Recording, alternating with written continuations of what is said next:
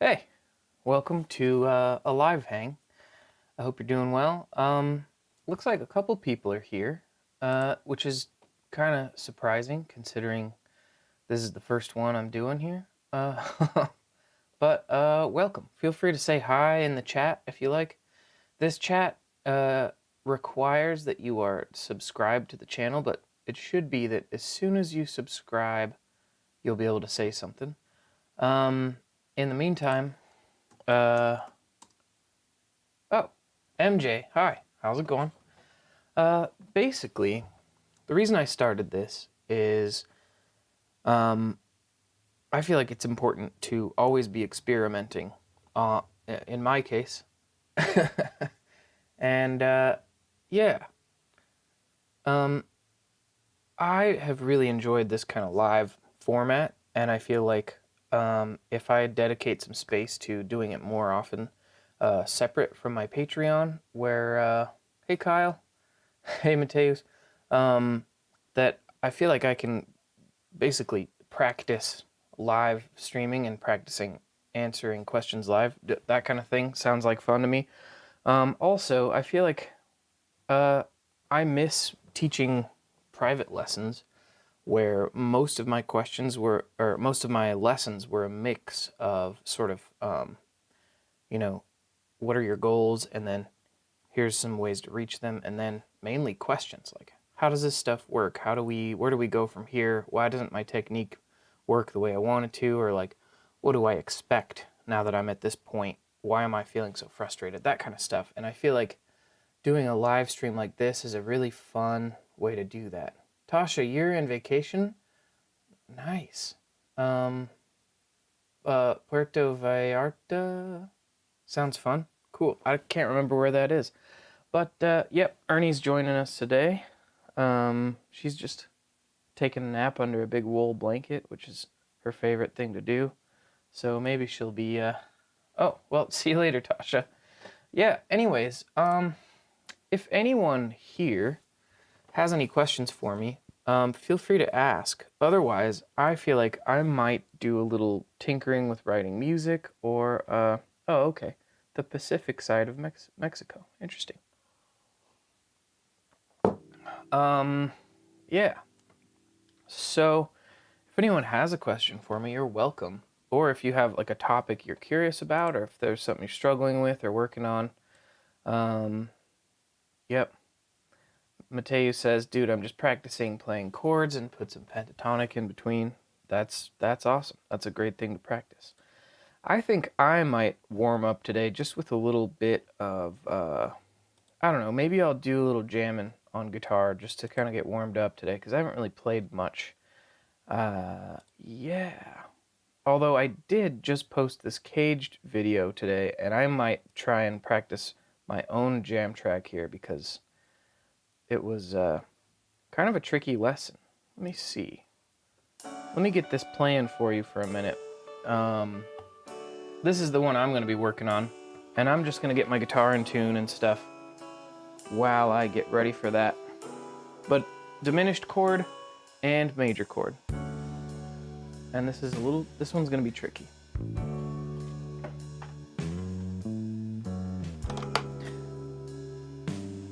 I'm also kind of proud of this jam track. Let me turn it up a little bit.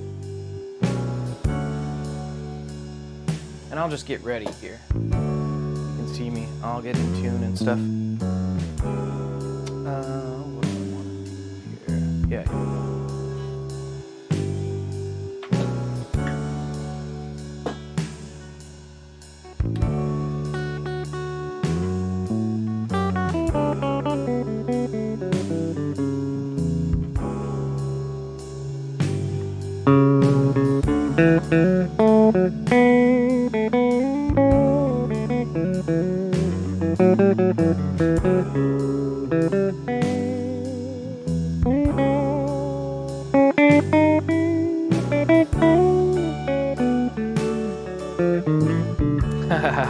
Okay, I want to set my tone up a little bit.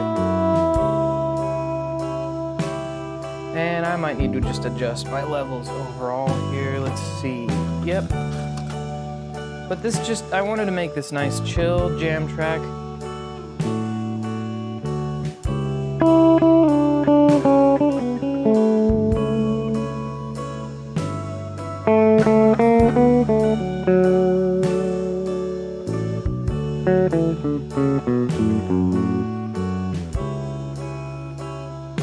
Okay, so this jam track, oops, let's see.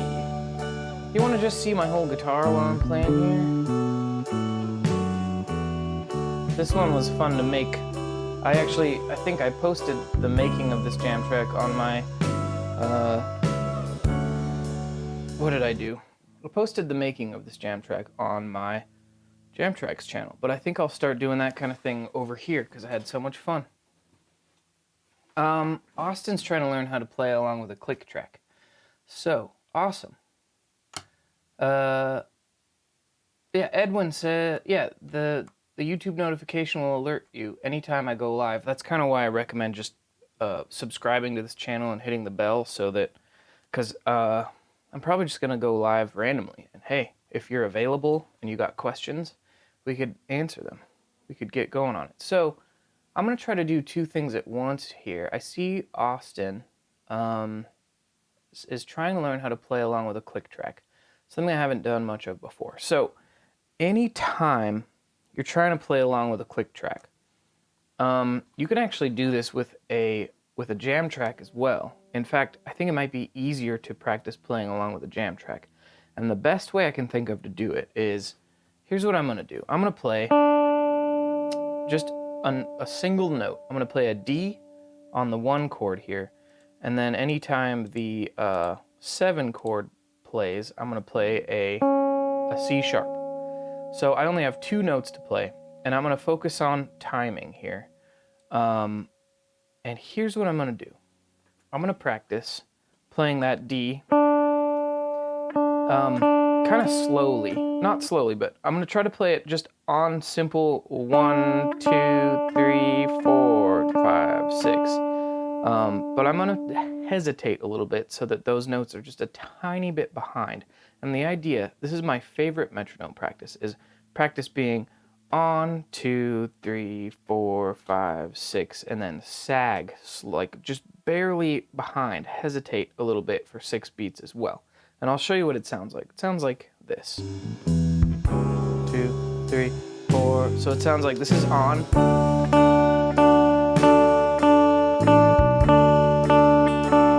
And then this is sagging.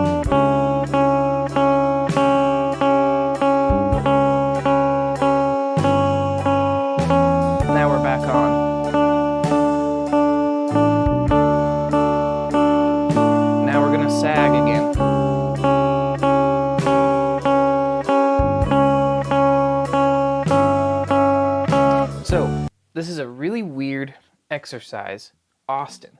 But what it does is, basically, if you're having difficulty playing along with a click track specifically, is what you said. Yep.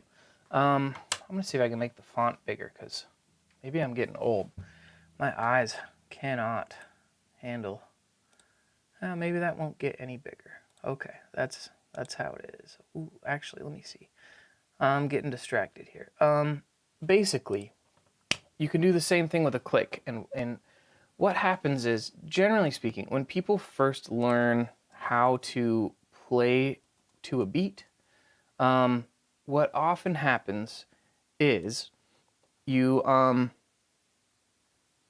do I put this? This, by the way, is if you just Google the word metronome, you'll get a nice metronome like this.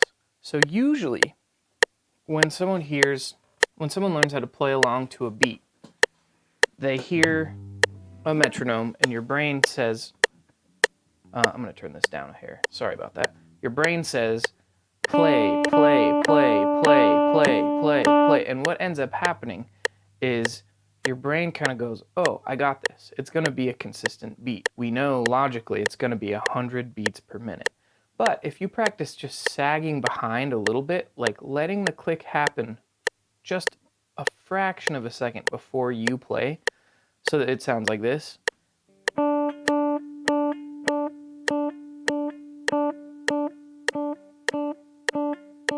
And see how I'm like actually on a lot of the time? Sorry, which camera am I doing? This practice of letting the metronome click and then responding to it, which sometimes is more of a feeling than an actual like noticeable thing. For example, here's the difference between trying to play right on and then trying to play just a fraction of a second later. On.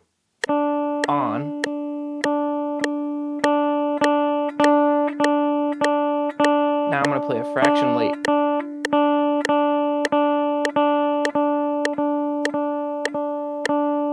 And the idea here is you're training your brain that a metronome doesn't mean play, play, play, play. Metronome means here's the beat. What am I going to do about it? And this is where you can start developing things like feel, but it's also, in my opinion, if you are imagining tempo as just a perfect target that you have to hit every time, that's one thing. But if you can think, okay, that's the target, I'm going to deliberately aim to the left every time, you're actually kind of strengthening some kind of, I don't know if it's muscles necessarily, but you're strengthening some kind of concept of what timing is, and you are training yourself to respond to the beat instead of just play on the beat. And this kind of practice can really, really make it easier to play along with a metronome. And part of the reason it makes it easier, just to go back to whatever I was saying earlier about this, is that when I lost my train of thought there. Basically, when you're responding to the beat, you get some sense of like an extra little filter in your head where you can actually control your timing better than if you're just trying to aim for perfectly straight on. Oh, this is what I was going to say is your brain will just kind of go, it's 100 beats per minute, I got this. And then you might start rushing a little bit. But if you pretend that the metronome might change any second and that you always got to let it go first, you always got to kind of constantly be checking in on it before every beat happens, like a literal constant attention to that beat, it's going to be really hard for you to accidentally zoom off ahead. And often what happens when people play along with a metronome like this is they'll get distracted and they'll start going like this. Oh shoot.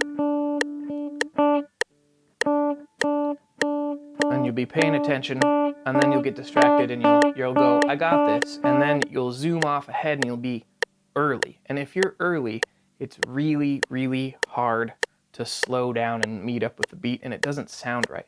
But if you're listening so closely that you can deliberately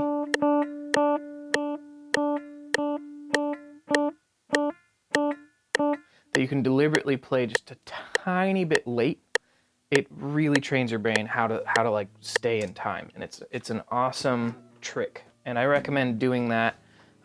If you're an advanced player, I recommend, I should say, if you've been playing for a long time and you can play some hard stuff, but you can't play to a beat, I would play something simple like a pentatonic scale along to the beat, something you know really well that you can kind of not think about the fingering of what you're doing while you're listening to the metronome. If you're like a total beginner, then I would recommend just checking out, single notes.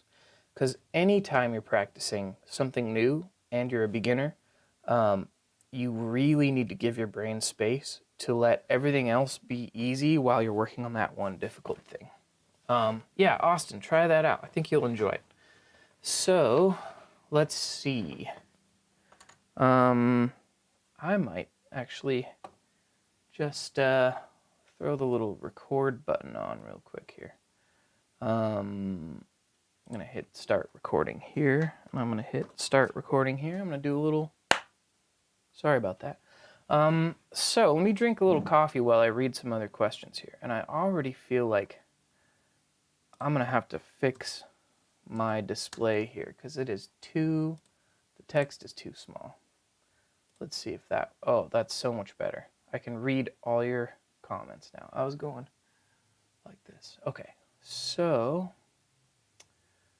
MJ says, been practicing pentatonic soloing lately, but noticed that everything I play eventually sounds sort of the same. Yeah, same pull-off, slides, patterns, etc. Was wondering if you have any advice to make it sound more like actual guitar licks.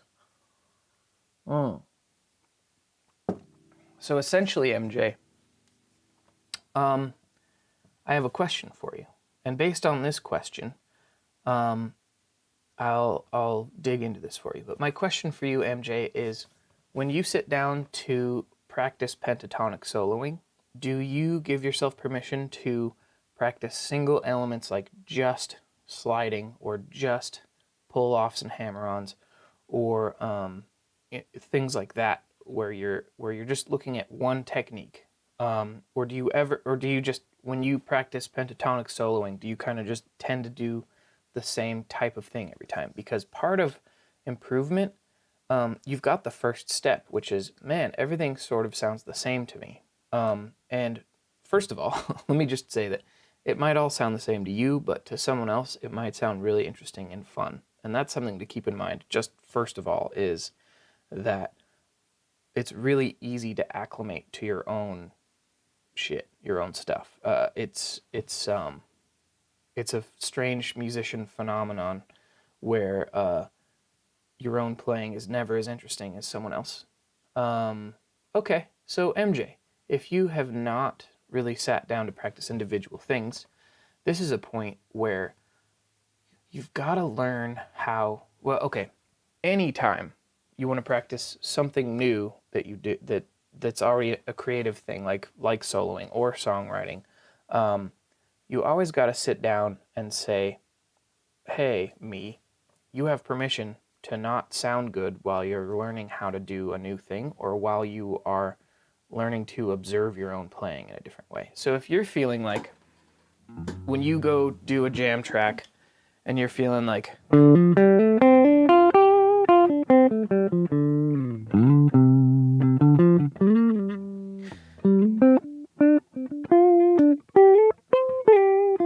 and you're feeling like, man, every time I just feel like I feel like I sound the same. Oh, I was like, why does this sound so dry? Because there's no reverb at all.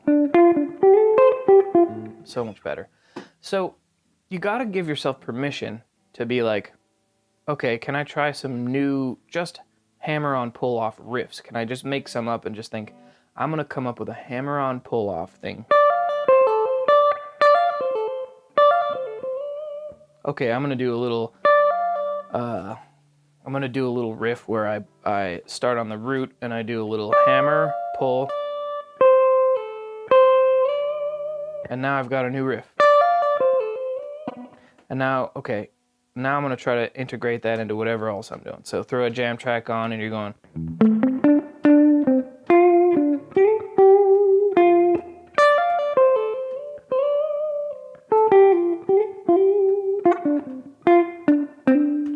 right? And then you go, okay, well, maybe I want to practice like bigger slides. And so maybe you could think, okay, that's kind of a tricky. So then you go, okay, I like the idea of that, but I gotta now stop, not solo, and just actually practice going.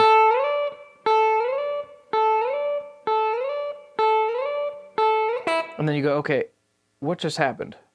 I was hanging too much on the string, and my string slipped off, so I gotta practice maybe a little more pressure into the neck. And now I feel like I'm really getting the hang of that slide. So now I can try to integrate that into a little soloing noodle.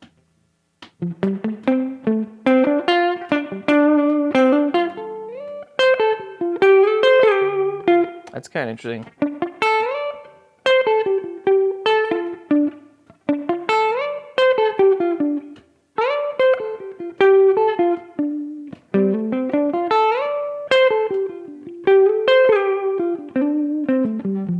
So, okay, MJ. Another way to look at this, another way to think about this is, come on, there we go, thank you. Another way to look at this is, the number one thing that I see when people are upset about something not going the way they want it to while they're soloing is that they literally don't give themselves permission to actually practice while they're soloing. And this is, I think I have a practice thought on my Patreon about this, but there's this idea that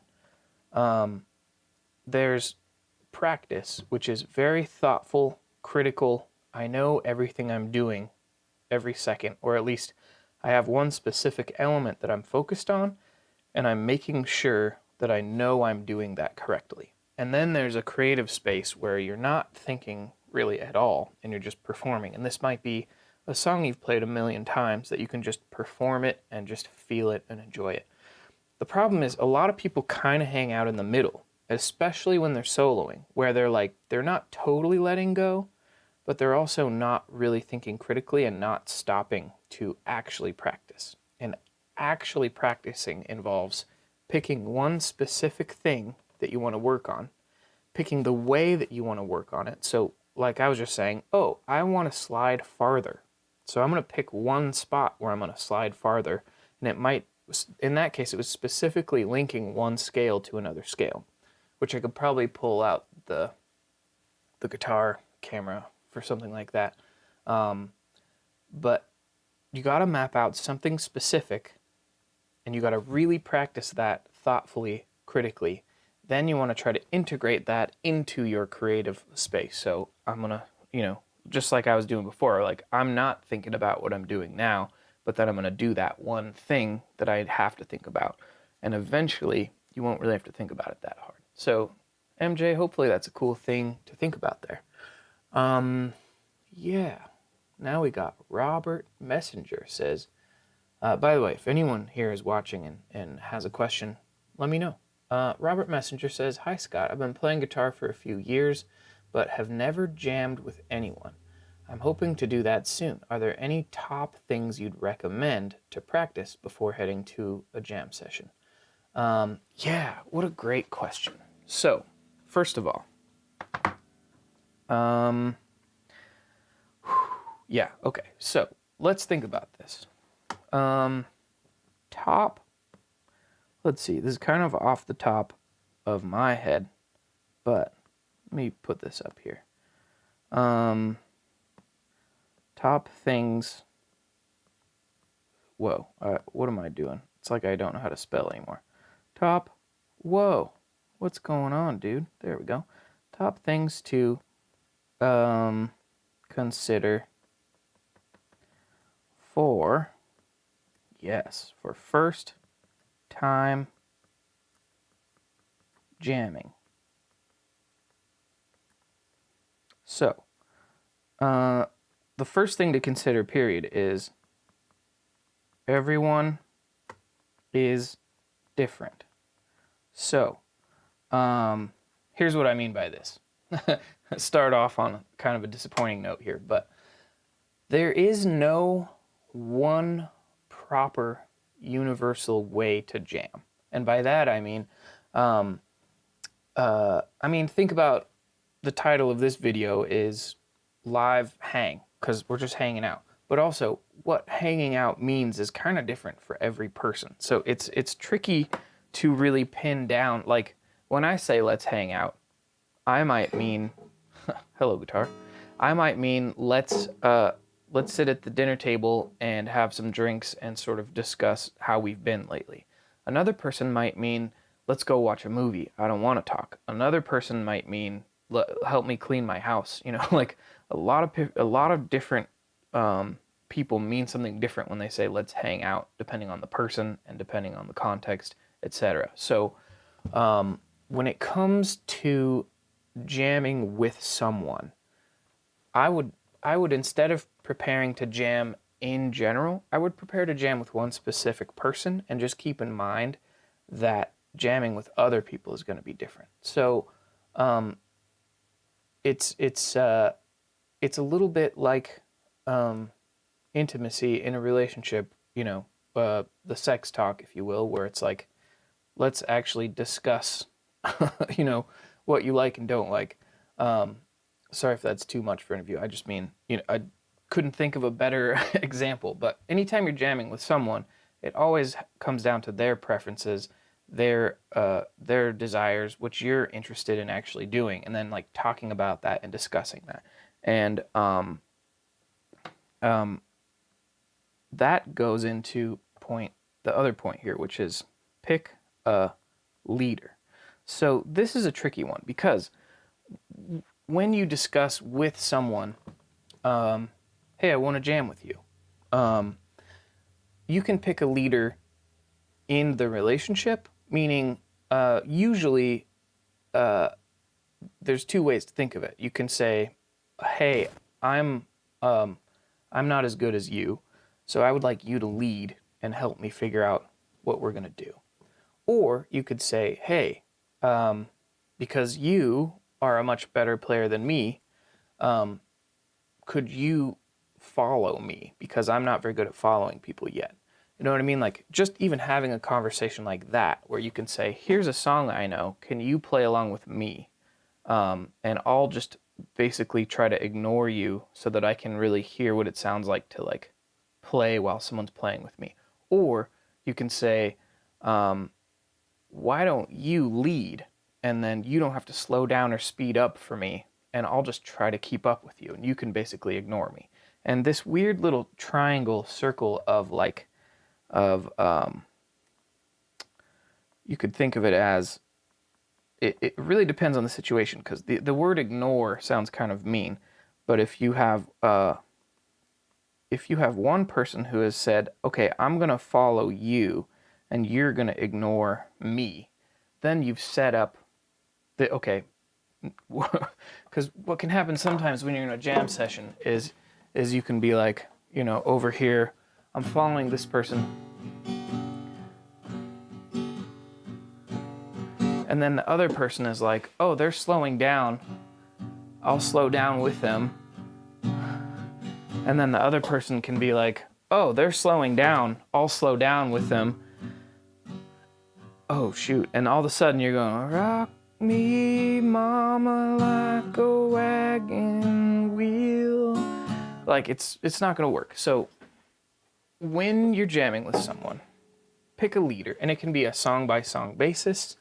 And it can be like, hey, can I lead on this song? And you can kind of just go along with me, however fast or slow I go in any section. That's a fantastic thing to think about. So let's see, we got everyone is different. So always prepare for a specific person and talk to them about the kinds of things you want to play together. Talk to them about what jamming means to them. Then pick a leader, and this could be, you know, per song.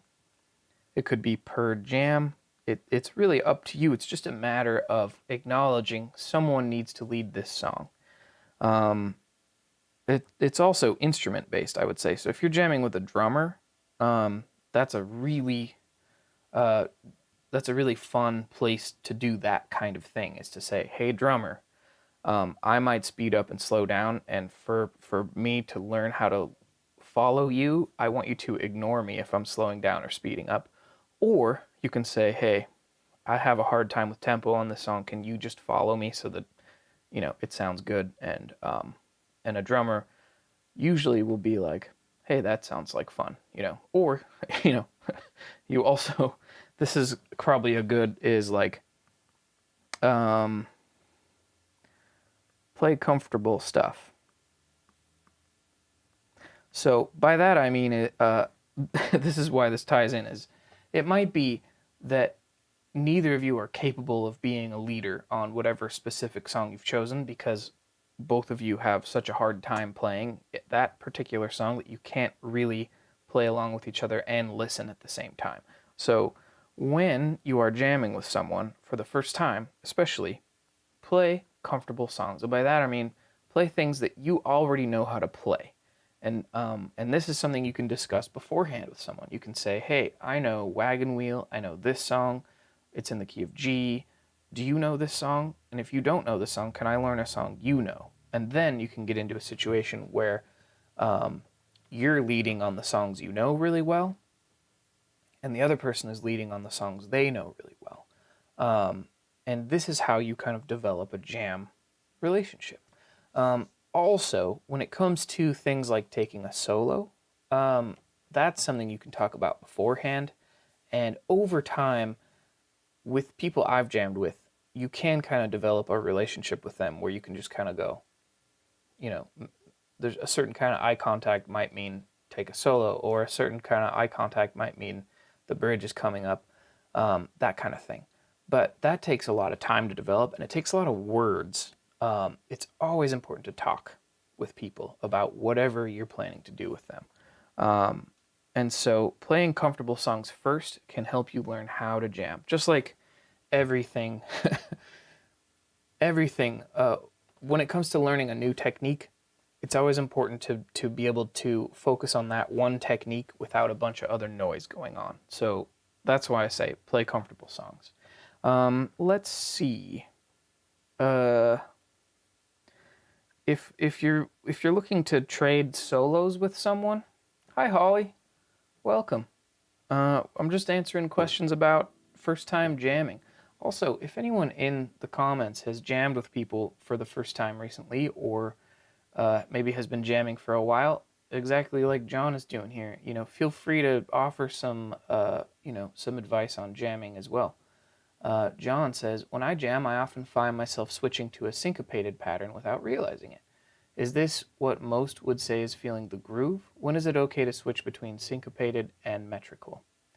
Well, John, I am not sure, because I'd have to hear the specific situation. But I would say that there is a mix of being able to be creative within a certain scope. For example, if the song is a straight groove and you do a swing rhythm, that might throw off a lot of people. In the same sense that if everyone's playing a C chord and you are playing a G chord, it might sound a little weird. It might limit what other people are able to do in the song. So, however, if you're talking about syncopated, like you came up with a new rhythm that kind of fits really nicely, and it surprised you, that's a good example of kind of creative jamming. And that's something that can take quite a few times to practice. John, oh cool, you just came to your first live session. Thanks for being here. That's awesome. And you're contributing some questions and stuff. Great. So, Robert, since this is still your question, starting with simple stuff, picking a leader, acknowledging that everyone's different, so you're going to have to talk to that person about what jamming means to them. Hi, John. I'm trying to think, what is another huge thing to consider? When you're talking about soloing, just make sure it's okay to use words, period. if you're going in expecting a certain thing and you haven't talked about those expectations, that's a big problem. I mean, it's not like life or death, obviously, but that might ruin your experience just by not talking about what you expect. So always talk. The best musicians I know are fantastic communicators and have really practiced, pausing a jam session to say, or, maybe it's a rehearsal for a song or a recording session, which I've done quite a few of those. The best musicians I've worked with have stopped and said, here's what I like about what you're doing, but that specific syncopated thing that you're doing isn't contributing to the intensity that I want in this particular section because the lyrics are not, because the lyrics are about this, but your syncopation makes it feel a little bit more like this. So what if you were to try something smoother or longer chords or something just for that section, and usually that kind of communication isn't just, I don't like what you're doing, but it's like, here's why what you're doing isn't contributing to the overall groove of the song. You know what I mean? That kind of thing. Kind of fun. 2 Johns from New York. Nice. So, yeah. Anyways, Robert, if you're still here and you like, I feel like those are some great starting points for just things to consider for your first time jamming. As you continue on, you can develop repertoire together. You can develop writing together. I still think picking a leader per song or per section is great. When it comes to soloing, something that might be fun is to let's see. Specifically, I mean improvising. If you want to improvise together, start with 2 chords. Something like, I don't know, A minor, E minor. Start with 2 chords and then trade off solo and rhythm. And this is something you can talk about beforehand. You can say, hey, how about we jam over something like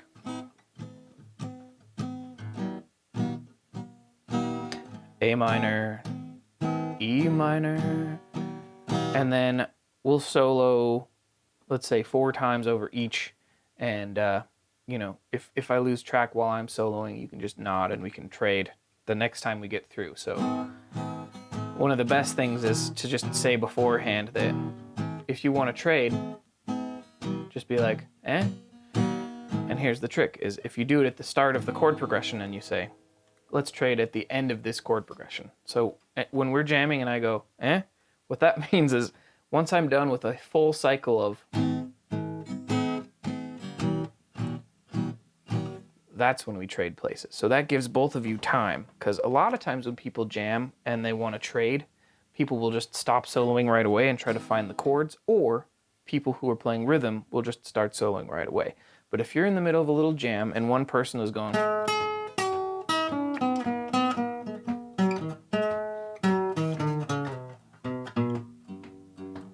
right, and the other person is going, right? If you go, you want to trade? Yes, here we go. Now we're trading.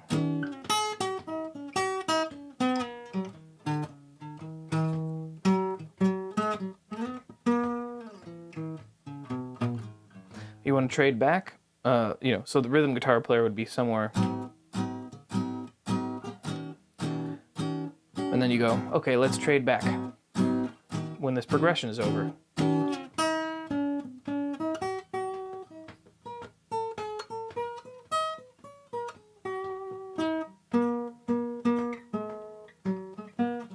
Anyways, wow, I was really feeling that for a second.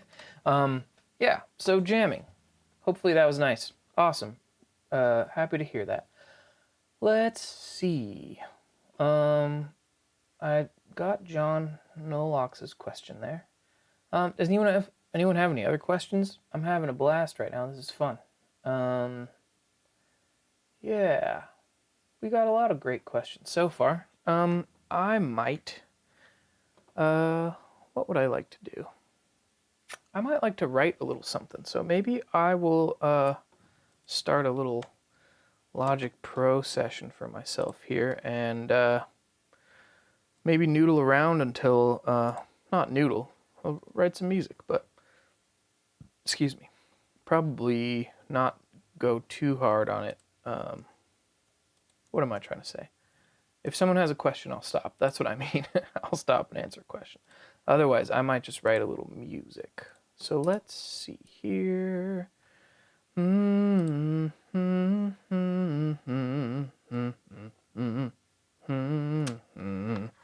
Let's see. John actually has a question. John says, switching from the 6th root to the 5th root bar, should I move the index down, or can I be more efficient and stay on the E root? So that's a great question. However, anytime we're talking about efficiency on guitar, so you're talking about switching from like a chord like this to a chord like this, a D string root. Let me zoom in a little bit here. Something like that should work. Oh, we're not in focus actually, but okay, bear with me. Let's focus here. There we go. So, 5th string root versus 4th string root. I personally like to have my chords be the least bit muddy. So I will bar like this, and my finger here will just be barely touching the E string so that you can't hear it.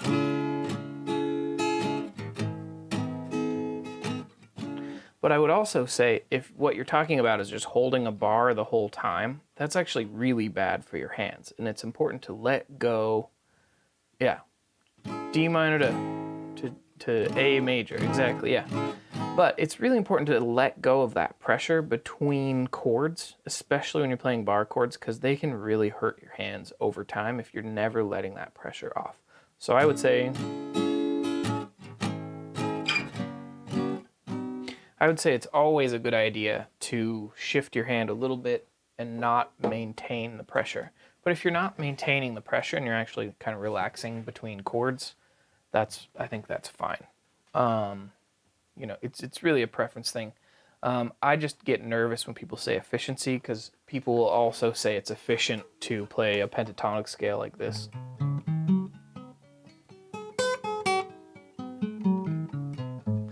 And you're right, that is efficient, but it's not an efficient use of strength. You got to make sure that you're putting the least amount of effort in at all times. Oh, Ernie's trying to figure out how to get back into her blanket here. She's having some difficulty. She's got it. Ernie, is that comfortable enough? You need some help? Okay, she's fine. Yeah. Oh, Mateus. Yeah, I should show you this crack here. So this is what happens to your vintage guitar. Let me see if I can zoom in on it just right. If you don't use a humidifier in this kind of weather, it's hard to see, but you can kind of see that a little light it shifts places a little bit right there. I got to get that crack fixed. Usually you can just use some wood glue, but I think the bigger issue is that I have not been humidifying this guitar, and I probably won't until I get to LA, where I'll be living for a while here. But this guitar has been through a lot. I'm not too worried about it. It's had a million repairs. Sorry, wrong camera for a bit there. It's had a million repairs. It's from 1943, I think. I forgot how old that guitar is. Pretty sure it's 1943, and it's been through a lot. So I think it'll be okay for a little longer if I don't get a humidifier. But I'm used to Washington, where there's like no humidity problems with instruments, I think is what I'm trying to say. So yeah, let's write some music. Let's see here. Interesting that my computer decided to crop things in like that, but whatever, we'll live with it. What am I gonna do? I always like starting with a drum beat, but something I can do is, instead of starting with a drum beat, I can start with some kind of silly beatboxing and then try to make the beatboxing beat into something. So maybe I'll try that. Let's see. This is kind of a fun method that I've messed with sometimes. Is sometimes it's fun to come up with a drum beat and watch. I'm gonna do it and it's gonna be like I can't come up with anything. Do I want fast? 128. Let's see. I'm gonna turn this up a little bit.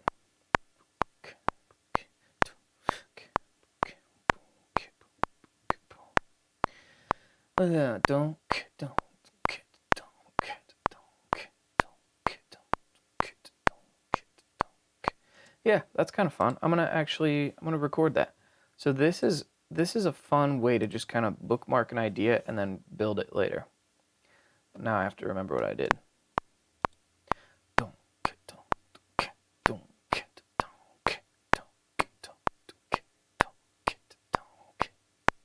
That isn't even what I did, but let's hear it. It's going to sound pretty silly.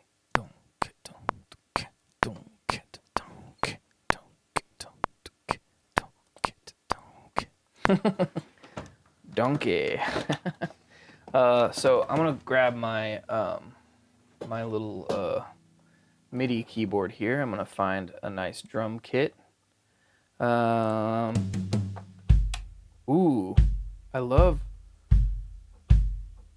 how big that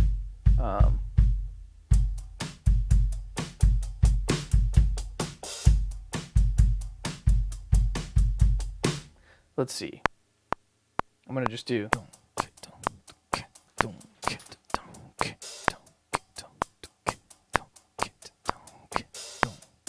cool. So I'm gonna quantize that because I don't need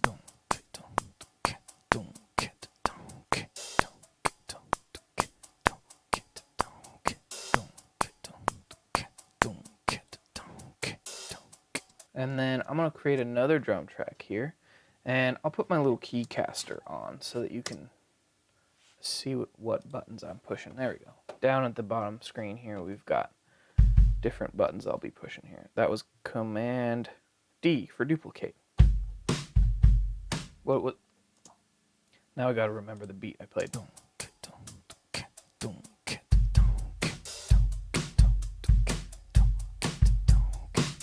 Okay, so 1, 2, 3.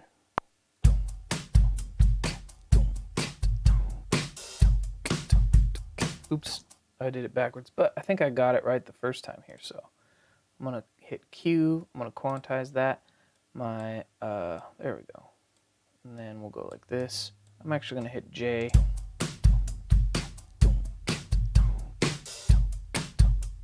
That's fun.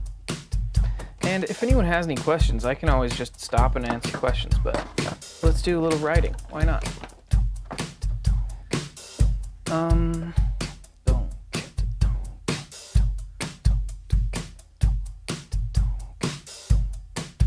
And maybe what I'll do is I'll take this and I'll do something weird to it so it can be like part of the beat.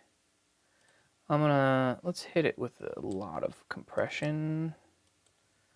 And I'm gonna just okay, give me a sec. I'm gonna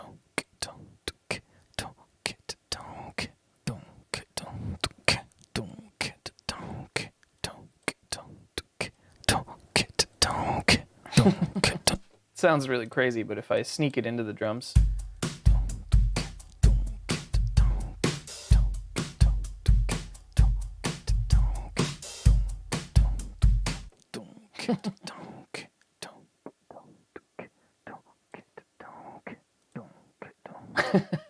All right, let's see how that sounds.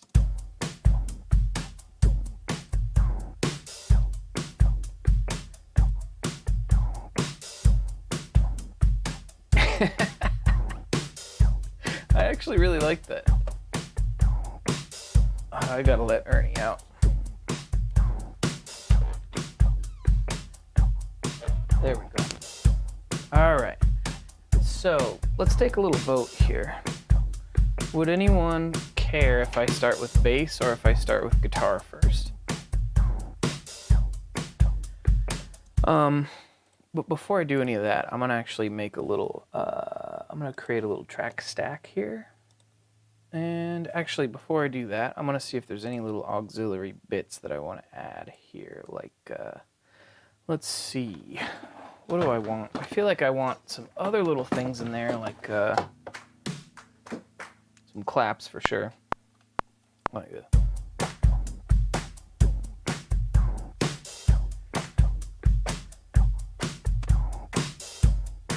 Okay, we got some claps. Now here's a weird idea.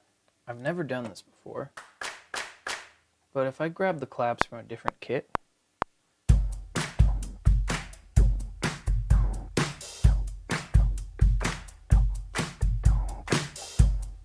and let them be a little sloppy, and I'm actually going to try another kit. Are these the same? Let's see.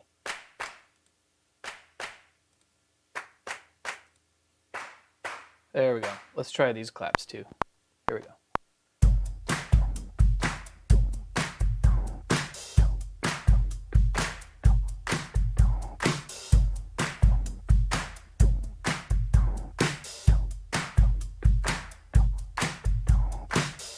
Great. I'm going to pan. I'll keep those in the middle actually. I'll pan these left and right.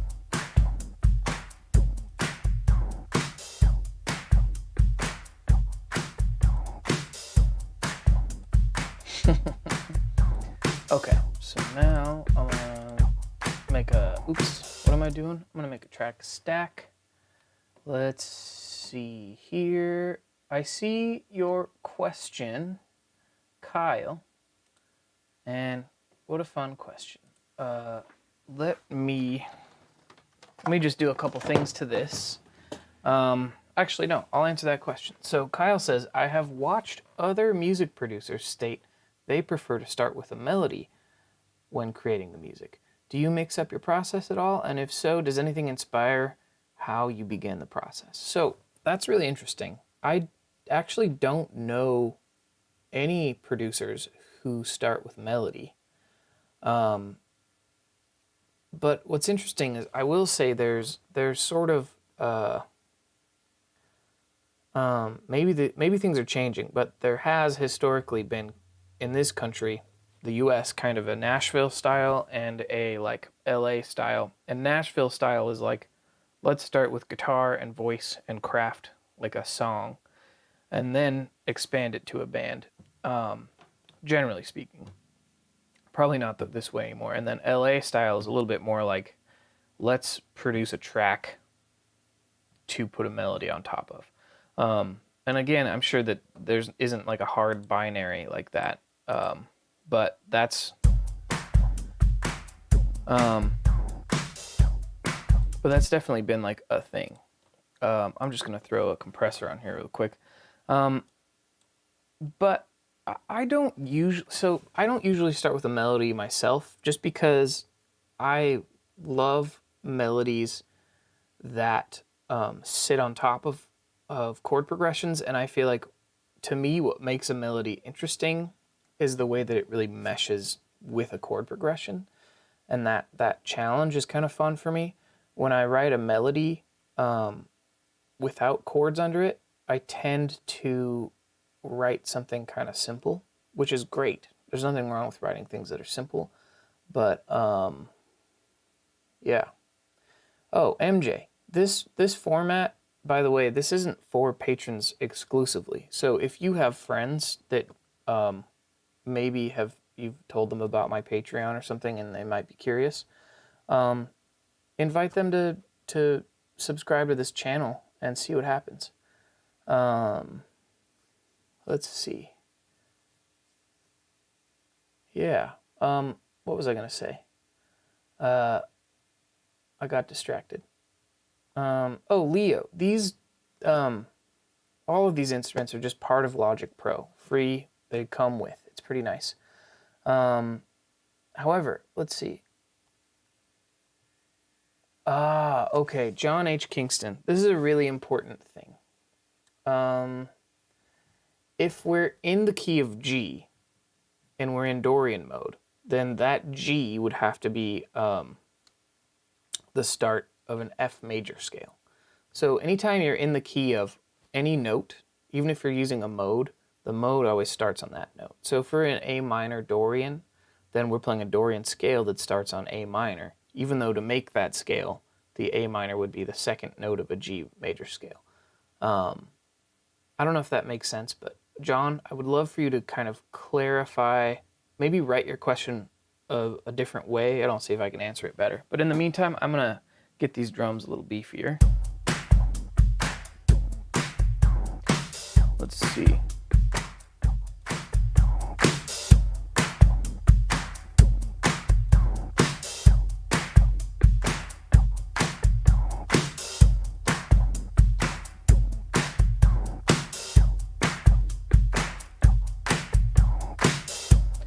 I think there's one thing I want to do here.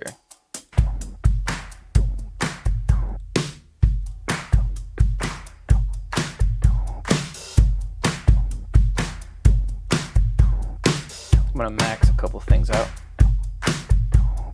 I see, my kick drum is really just too loud. So I'm actually going to make a new track here, and I'm going to separate out my... actually here, this is a nice easy way, is just copy one down here, remove the snare from this, remove the kick from this, and now I'm going to label these so I don't get confused. Kick, and oops, I forgot what button to push to kick, snare. Now we should be able to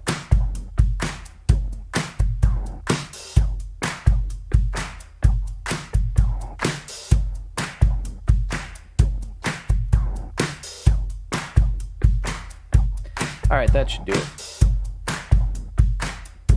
Ow, the kick is still a little too loud. I see.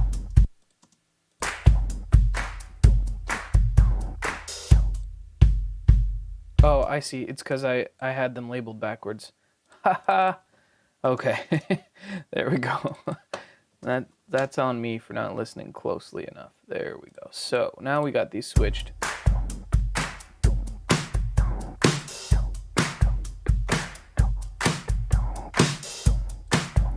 Oh, I see too. These are not quite even. Let's turn these all up to about 100.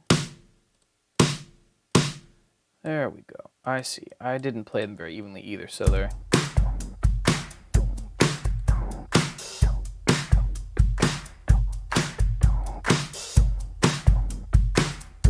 There we go. I like that. Except I want the snare just a hair louder. There we go. Drums. Oh, yeah. Okay, so...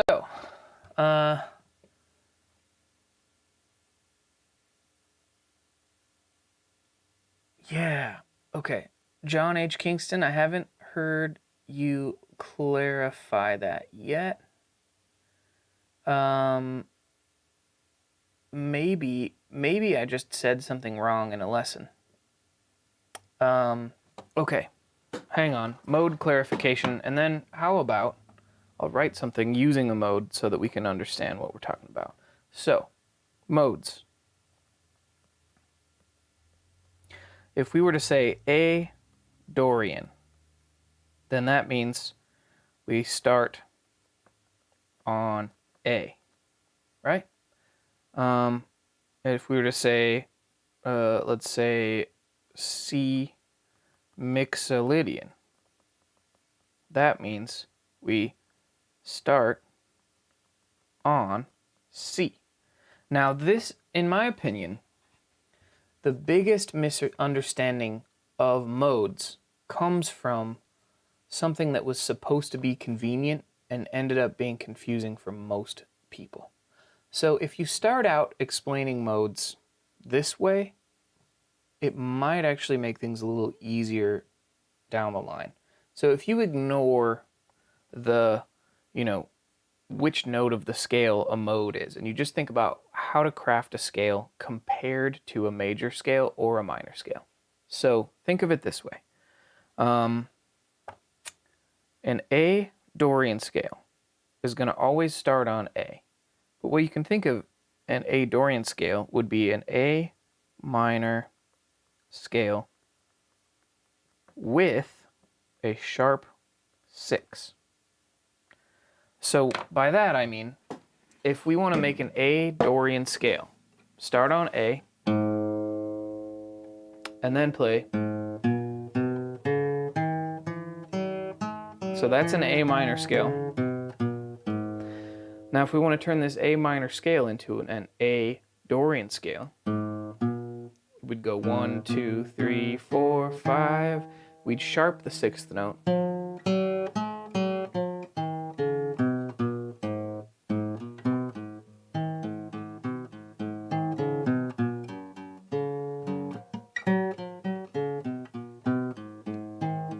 Sorry, just that's like a little. What is that song?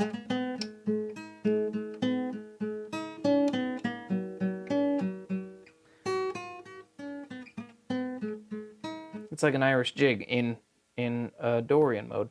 So A Dorian is always going to start with A. And John, maybe I just really confused you by saying we would do something in A Dorian and then I switched to E Dorian. And that would be very confusing. But A Dorian would be A, B, C, D, E, F sharp, G, A. And if we were going to be in E Dorian, it would be E, F sharp, G, A, B, C sharp, D, E. Right? John Nolux, I don't know that one. C Mixolydian starts on C. And a mixo scale is it's C major with flat 7. So most of the modes are like a major scale or a minor scale with one thing different. So a C major scale with a flat 7 is a C Mixolydian scale.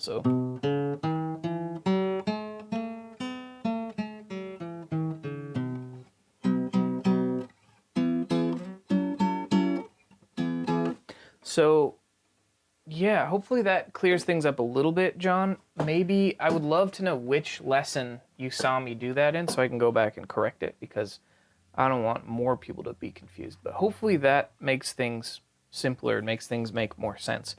And now I'll explain why people get confused, I think. And that is because it turns out an A minor scale with a sharp 6 contains all the same notes as a G major scale. That's where things get confusing. A C Mixolydian scale contains all the same notes as an F major scale, but we can't call it anything related to F major because it's C Mixolydian. Kind of like the key of A minor and the key of C major contain all the same notes, but they're different keys. And sometimes there's different things you can do in those keys too. Modes, in my opinion, are kind of extensions of those things. The same kind of concept, where just because F major and C Mixolydian contain all the same notes doesn't mean we can call C Mixolydian F major, and any more than we can't call F major C Mixolydian. It's all about what note is home, especially when we're talking about keys. So hopefully that makes a little more sense, and maybe I'll write something modal here. Let's see. What key should we be in? Yeah, that sounds fun. Let's do something modal. So, let's see, where are we? Here we are, right here. So, modes. Should we do, let's try something, let's do something Mixolydian. Or should we do something Phrygian? That sounds fun. Let's do something Phrygian. So E Phrygian. E Phrygian. You could also say like E minor Phrygian. This is just kind of another way to say it, because you could think of Phrygian as kind of a subset of a minor mode. So this is going to be funny if I'm spelling it wrong, but all of a sudden it's looking weird. You know that thing where when you say a word or spell it too many times, all of a sudden you're like, that looks wrong.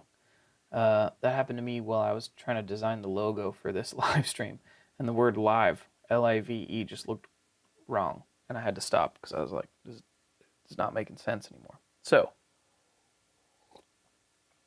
dear chat, can anyone tell me what an E Phrygian scale is and why? So, I'm going to work it out myself, but let me know. So, Phrygian scale equals minor scale with flat 2.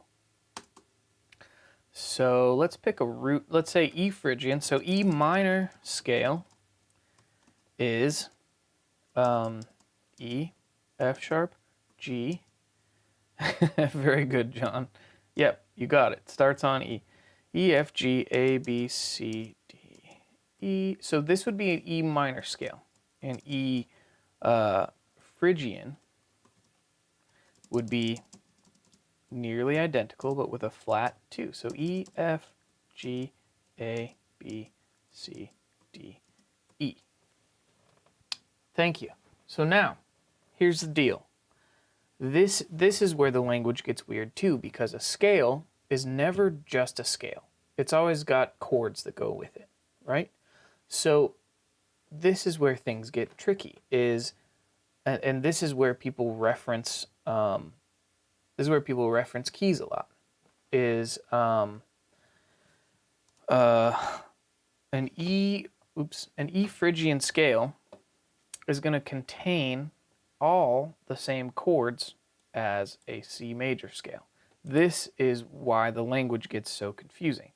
But if you think about it this way, again, we're going to compare it to major and minor scale. So an A minor scale and a C major scale contain all the same notes, except we call them different things because different notes are home. So in the same sense, if I say that E Phrygian contains all the same notes as a C major scale, or the key of C major, I could even say that E Phrygian is like a C major scale, but starting on the third note. That still doesn't mean we're in the key of C. We're in the key of E Phrygian. And I would even say we're in the key of E minor using Phrygian mode, which is kind of the way a lot of musicians think about it, is they're just minor modes.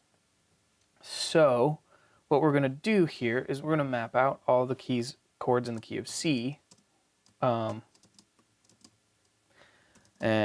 then we'll do this. And now this is going to be tricky because we're going to compare to E minor because we still want it to sound like E minor, the chord, is home. So what we might do here is we might compare, oops, F3 is not a chord. Whoa, whoa, whoa, whoa, whoa, easy. Pushing all kinds of buttons right now. So what we're going to do is we're going to compare to the key of E minor just to see which chords we have in common and which chords are different, so that we can write something that makes E minor feel like home. Let's see, and then this is D major. So the chords we have in common here are E minor, G, A minor, and C. So if we wrote a chord progression that was E minor, A minor, and C, or E minor, G, right, that would let us know that that E minor, the chord, really sounds like home. So let's try this out. We're going to play E minor, G,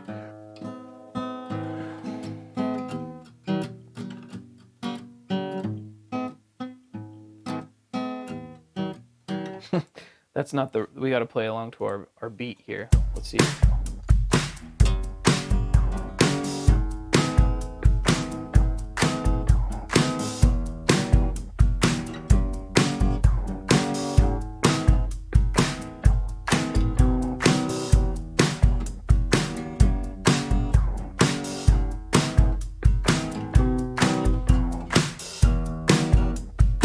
So this is one of those tricky things.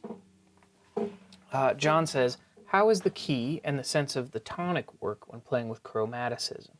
So there's always a hierarchy in the hierarchy, you could think of it like English language. If I say something like, oh,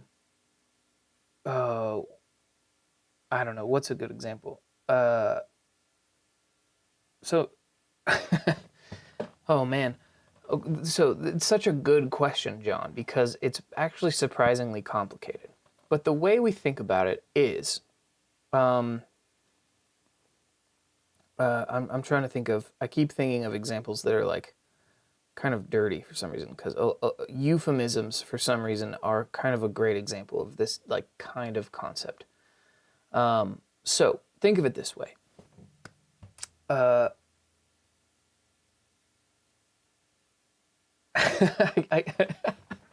It's really funny to try to come up with examples that are not like sexual for some reason. But okay, so with language, we have a common understanding of what words mean. And you might even say, okay, here's a good example that's not anywhere near sexual territory. We have kind of colloquial uses of words, and then we have like formal uses of words.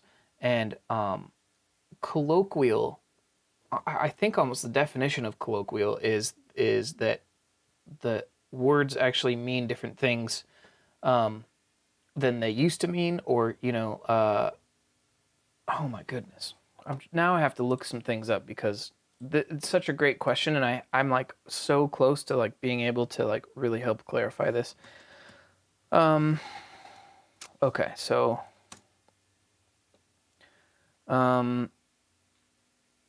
there we go. Yeah. So okay, if we look at the definition of the word colloquial, or a colloquialism is like a word or phrase that is not formal or literary, typically one used in ordinary or familiar conversation.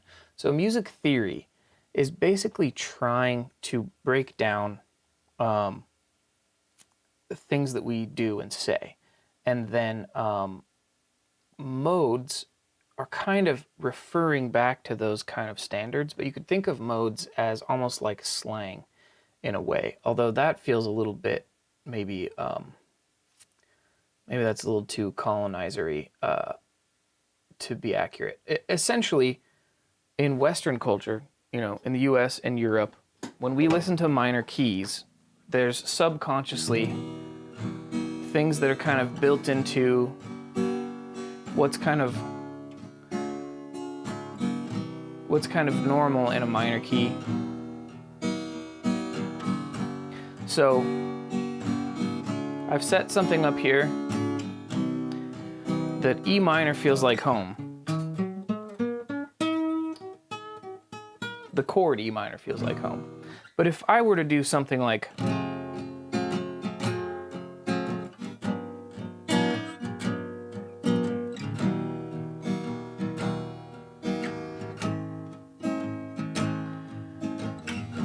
this chord doesn't feel like home. I'm still playing an E minor, but it's in a context where it's actually, what chord was that? That was actually a bunch of kind of random chords.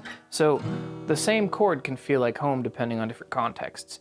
And modes sometimes, because it's the exact same set of chords as a minor key or as a major key, we sometimes need to borrow chords from the major key or minor key to make it feel more like the key that we're in. So for example, man, I'm really struggling with this right now, so I may have to clarify this more, but essentially the way modes are often used is that here are the chords that are in E Phrygian, and here are the chords that are in E minor. And also, the tricky thing about the key of E minor is that it's pretty common to have this chord in here. This is like a thing that helps people understand we're in the key of E minor, is to have this kind of dominant 5 chord. So often, one of the hardest things to do is to have a song that is purely modal.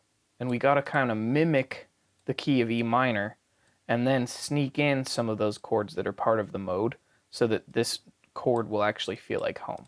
and this is, I've done some lessons about this on my Patreon actually, called chord progressions that feel in key. And this is why, I mean, so many songs that are modal are either very simple. For example, you know, you might hear like a pop song that's a Phrygian song that's just,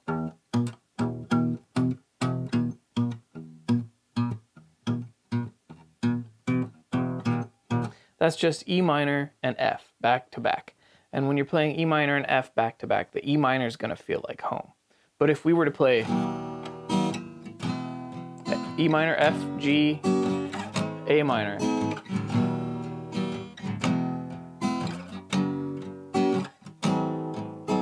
something about that is going to make A minor feel like home, because anytime you have a string of chords in order that goes minor, major, major, minor, that's like a section of the key of A minor that people are familiar with. It's almost unavoidable. I mean, think about like, right, there must be some kind of way out of here. Like if you play that and then you play,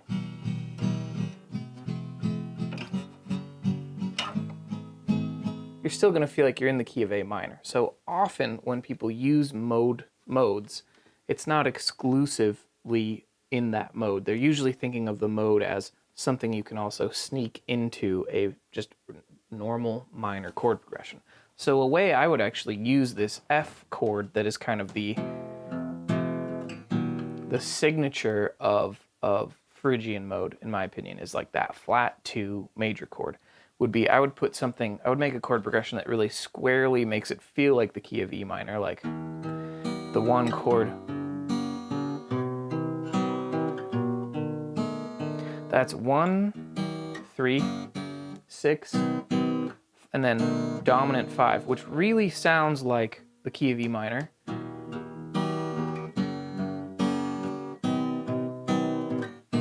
And then what I would do is the second time around, maybe instead of playing that B7 that so clearly feels like, oh, we're going 5-1 here, is that I would slip in that,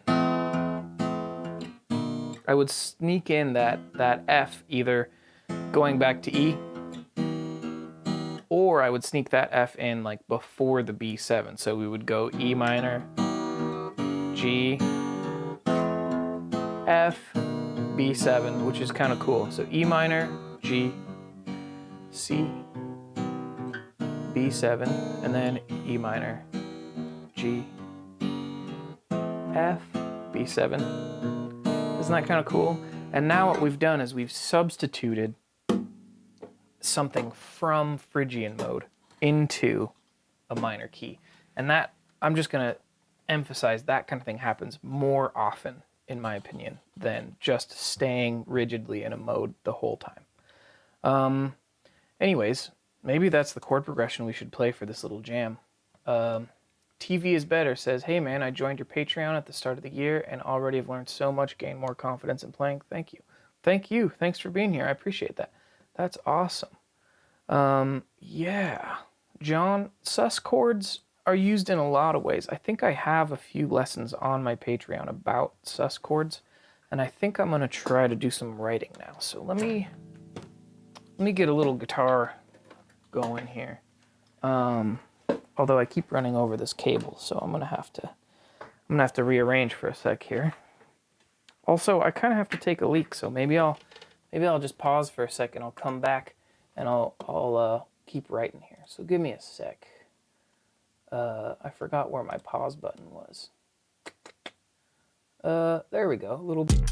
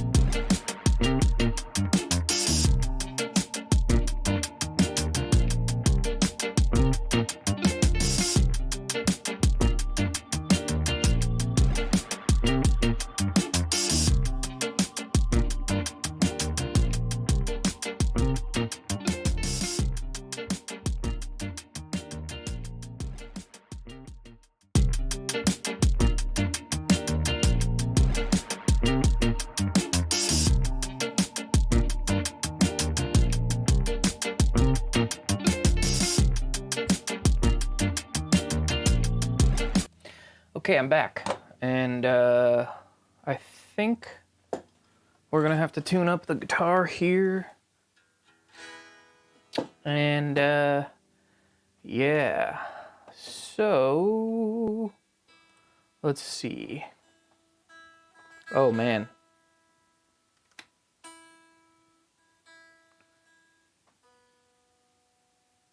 I'm not really sure why, but my tuner's being weird. Is it? Okay, that's why it's being weird. It's because I gotta get my switch fixed. That sucks. Okay, now that I know it's working, I'm gonna mute myself so you don't have to deal with this. Although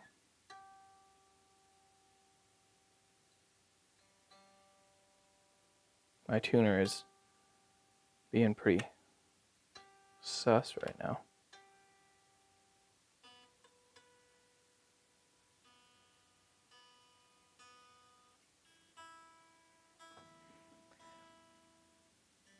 Man, look at this thing. My tuner's going all over the place. And I don't think it's because my pickup's being weird. It's like, okay, I'm gonna get a different tuner, I guess. So here's the annoying thing. I'm gonna tune, and I'm gonna tell you what the annoying thing is. Here's the annoying thing. When you when you sit down to write music, the more you work on your writing process, the more likely you are to keep your initial takes of things. What am I trying to say? What I'm trying to say is music production used to be you record a demo at home and then you take it to a big studio to make it like a nice recording, a better recording or something. And what's happening more and more is that demos at home can be nicer and nicer and nicer. And what's happening to me more in writing sessions is that I'll write something like this, and then the producer will actually take my whole Logic file, and they might just decide that there are enough pieces in there that they like that they're not going to make someone like re-record guitar. John, thanks for hanging. They might decide that my guitar was good enough and that they don't want to have anyone re-record guitar. So I now have to, for my band and for other people's bands, I now have to make sure I'm nicely in tune when I sit down to even just write music, because who knows, this might stick around for a long time. And some guitar parts that I didn't expect to be on albums have been on albums at this point. So now, you know, I got to tune up a little better before I go here. So let me get a nice dry input. I think this is my basic dry input. Let's see. Don't save. Okay. Oh, it turns out it's my volume pot. Oops, sorry about that. That's being weird.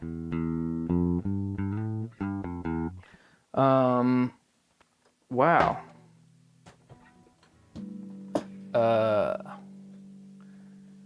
Hang on a second. Let me fix a few things.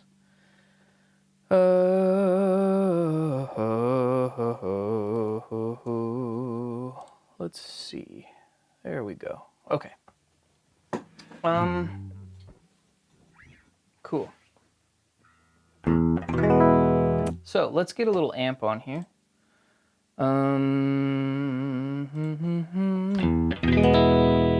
That's nice. Sure. That'll be a good starting point. So now, what was I gonna do? I was gonna do one minor one, 1, 3, and then I'm gonna do 6, 5, and then I was gonna go 1, 3, and then I was gonna do flat 2 and 5. So let's see how that sounds.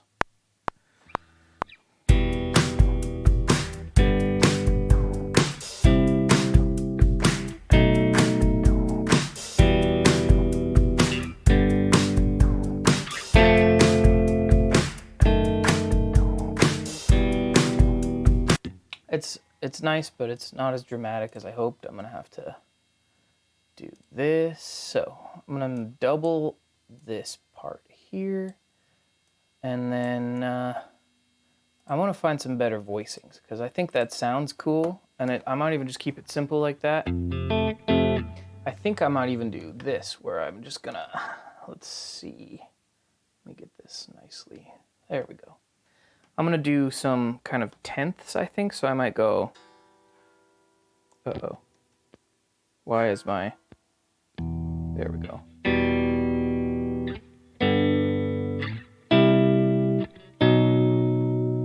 then I'm gonna go, let's see if I can figure out a good voicing for this. Nope.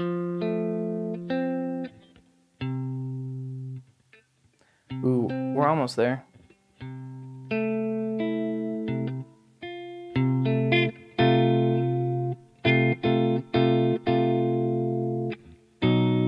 That's cool.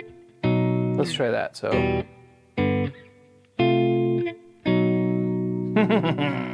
Fun. 2, 3.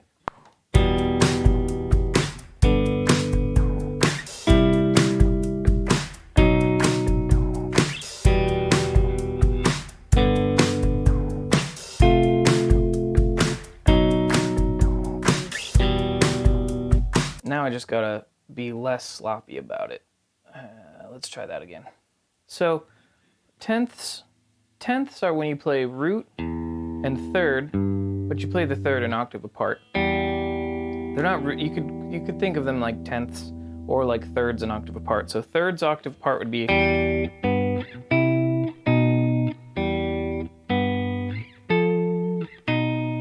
but I did sort of just root, fifth, third like this. So I've got my low E string, then I've got my B on the A string here, and then I'm going all the way up to the G string. So I have just very, very spread out chords. The opposite of this might be, I'm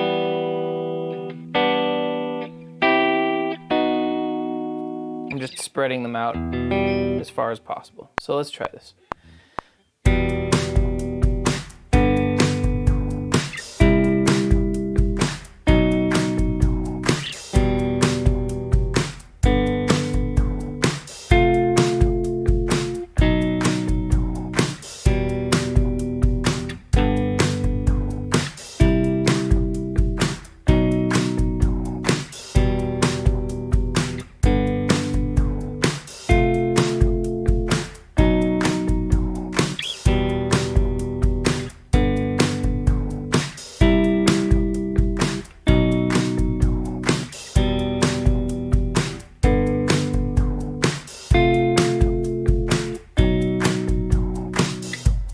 Cool. So what I'm doing here is I recorded extra takes so that I could do my pan left right thing that I like to do, and it only works if you have 2 different takes. If you do the exact same take and you pan it left and right, nothing's gonna happen. But if you do this kind of magic thing here where you do 2 different takes and you pan them left and right, this is take 6, this is take 5, you get this really cool effect. And I might even just pan 36, 36. That's nice.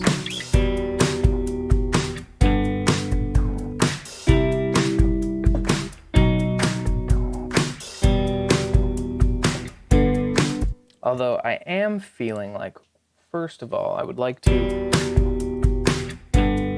not have quite so much low end. I still want to hear that low note, but I don't want to feel it, because I want the bass to do that.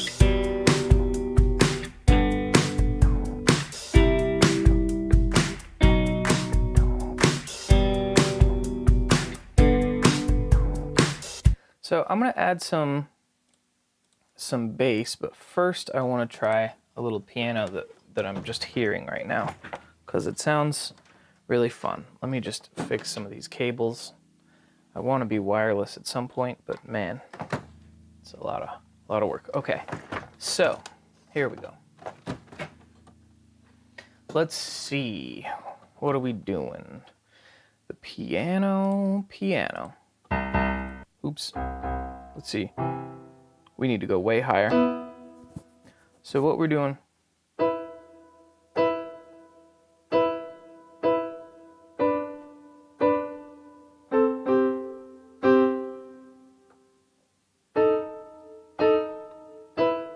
So what I'm doing is I'm trying to find a little spread of notes here that will harmonize nicely.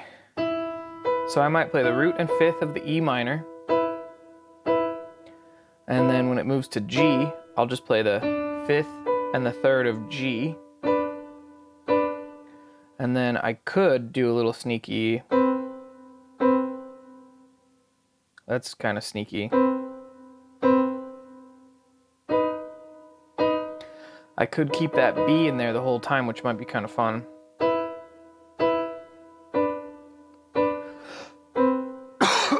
Sorry if I just scared the crap out of someone with that. Give me a sec. I gotta cough it out.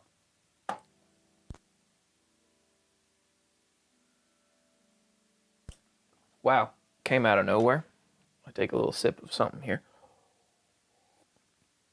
So I'm gonna go E minor,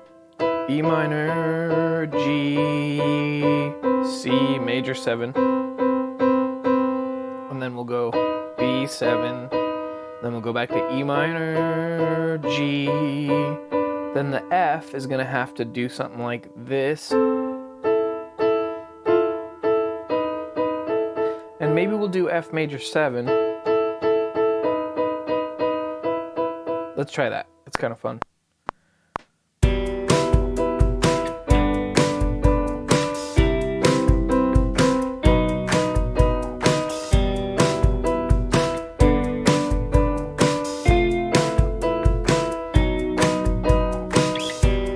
So I played the wrong notes in that one spot.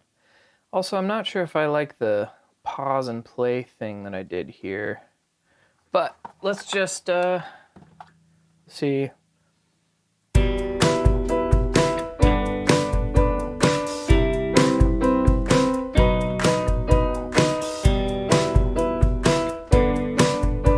So right here, I was supposed to go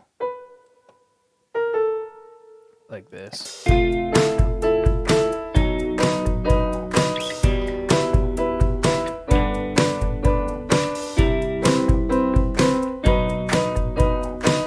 So this little section here, I played a B and a C, and it should work because it's a C chord, and it fits in the key to play a C major 7 here, and this would kind of basically make that chord, you know, the guitars that are happening, this would make that a C major 7, but I think I'd rather scoot this up to C, and then I can scoot this up to C over here as well for the F chord, except wait a second, well, let's make sure, let's see, yeah, because we're swapping the C chord and the F chord, so here if I go, instead of down to C, if I go back to E here, and then for this F chord I can go to F. So now,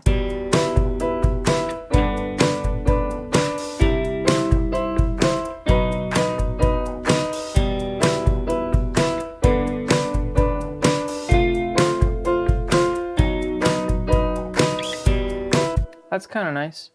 I think I'm just gonna keep an extra set of these guys here, but they don't wanna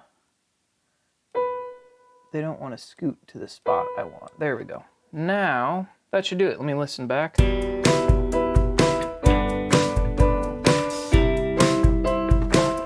Kyle, I'm glad you're liking this.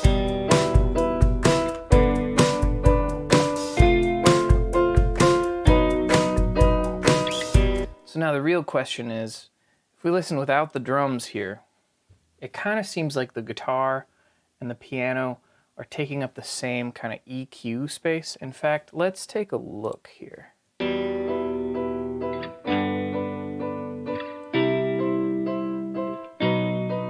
Yeah, so maybe what I want to do here is,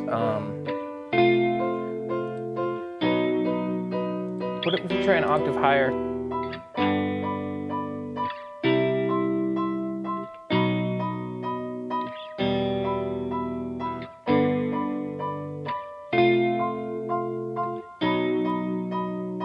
I think that's nice. Also, I'm going to quantize that with the Q button. I think that's better. I think I like it higher.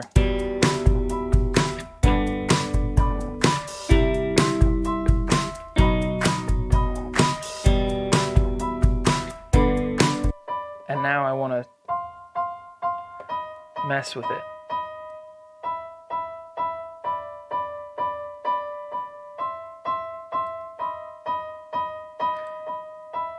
So this is,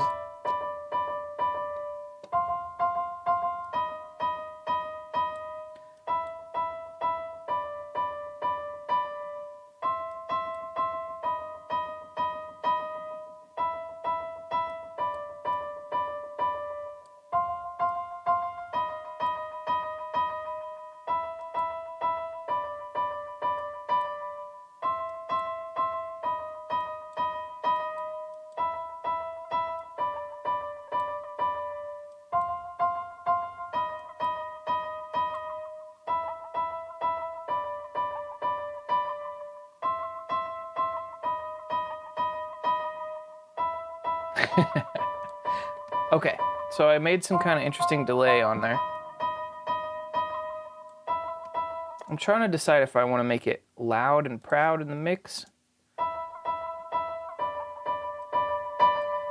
Sorry, this might hurt your ears for a sec. I would turn it down if you...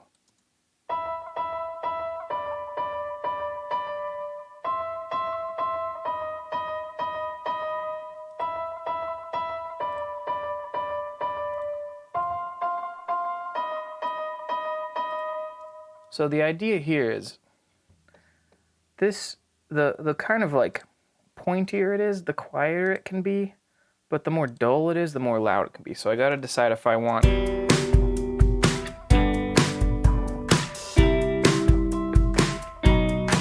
think I want it to just be kind of tiny like that.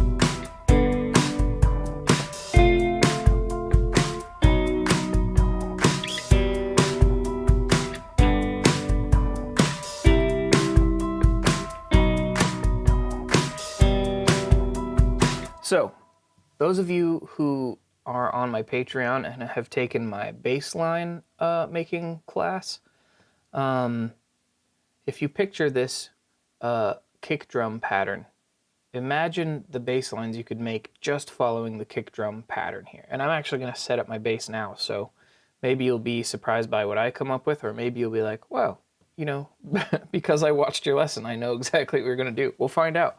But listen to this for a minute while I set up the bass here. Let me just create a new track first. Here we go.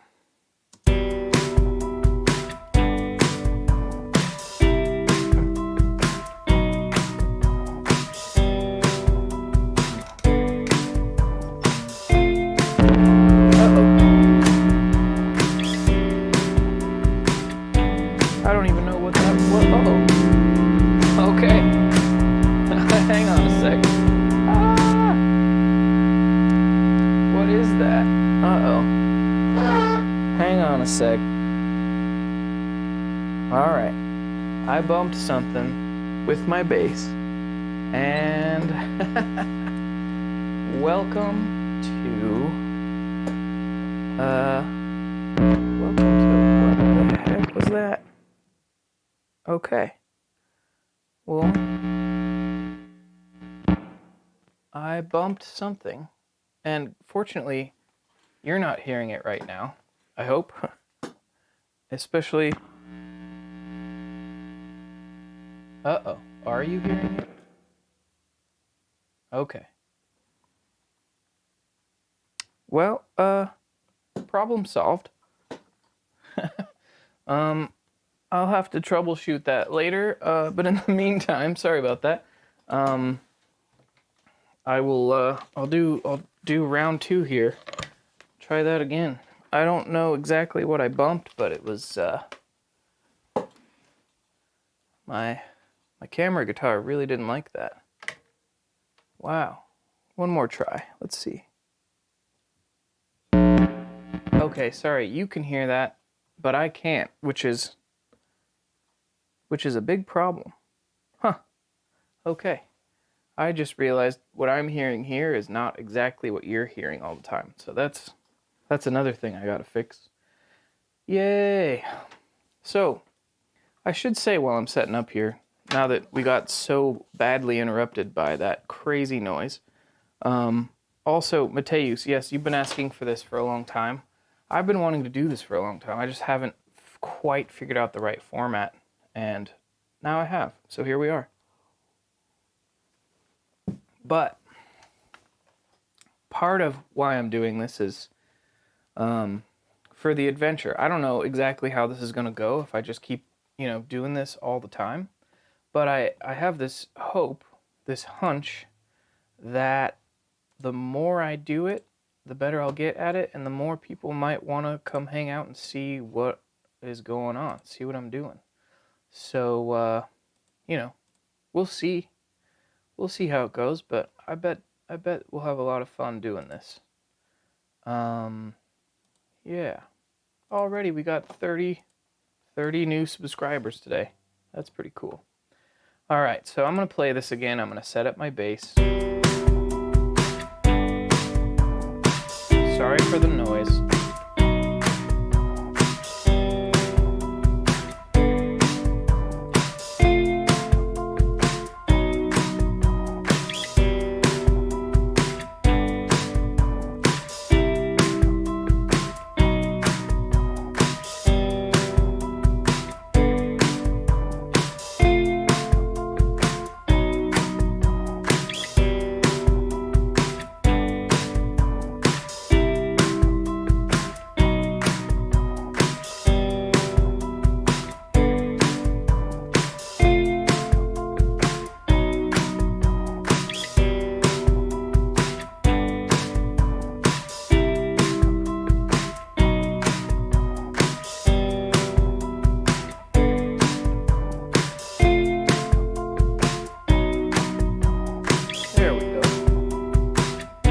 So,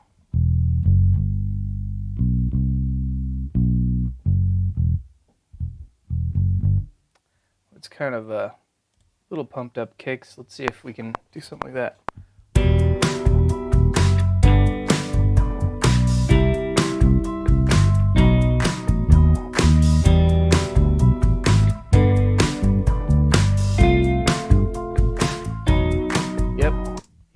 Yep. All right, here, I'll show you what I'm doing here. Get the bass cam without smacking into anything this time. Let's try this out. Here, I'll just get rid of this so you can see the whole thing. 2, 3, 4.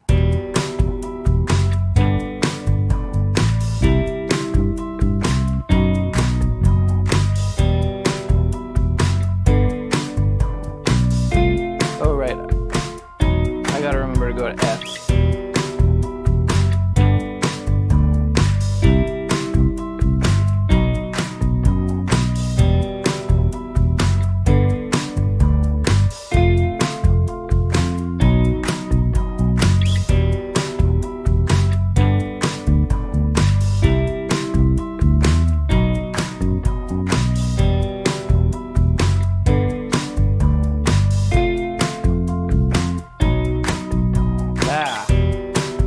So,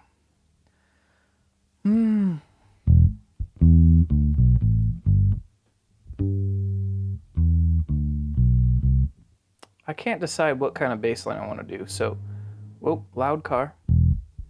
So that's kind of pumped up kick style, which is dum bum ba da dum bum ba da.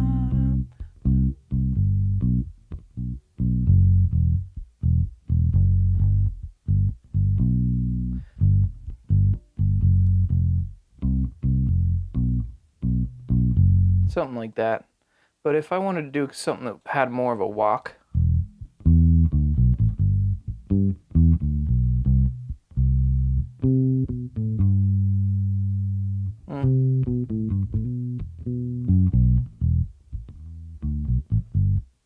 I don't know. Let's play with the walk. I might not be able to nail it, but let's see.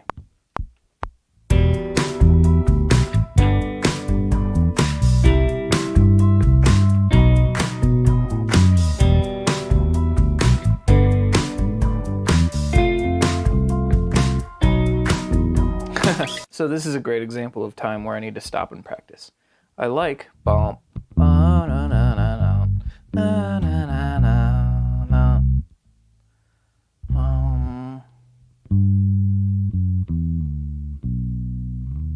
I don't know if I want, so anytime I'm writing a bass line, I generally have this idea of it's nice to play a little line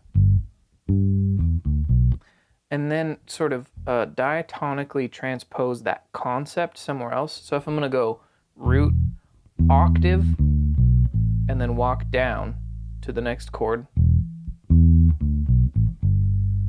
and then I can do the same thing. Now I gotta decide, do I wanna do that same kind of like root, octave walk?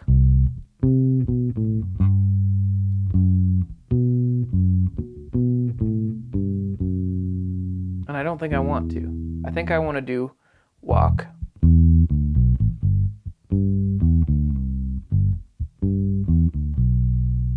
So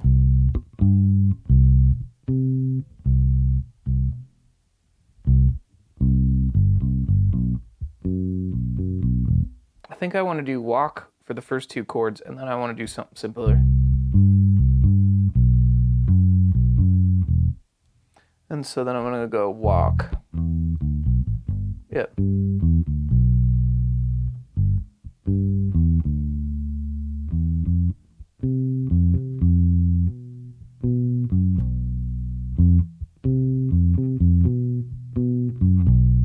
Yeah.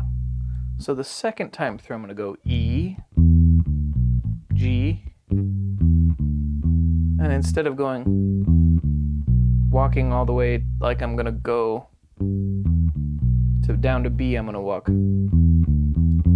Yeah, okay, I think that should work. So.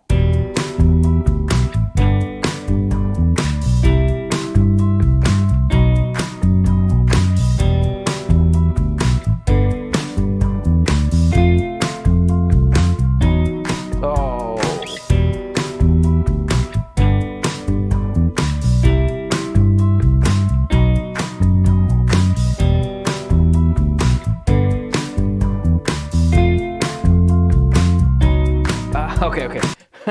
I'm almost there. So what I keep messing up on is bump.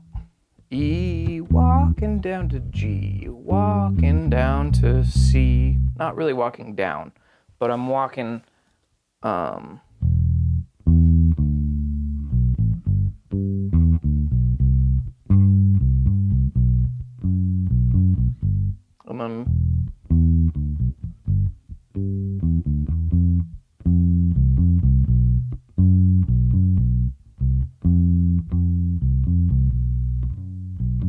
yeah, okay, I think I got it. Here it goes.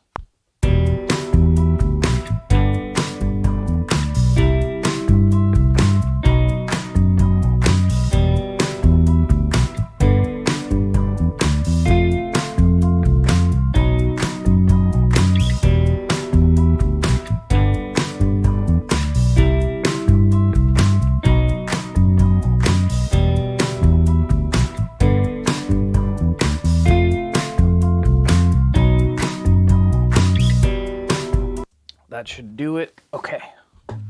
And this is just for an A section. I always recommend, if you're doing a writing session, that you try to write an A section and a B section at the same time. However, I'm realizing that I don't know if I care enough about this groove right now.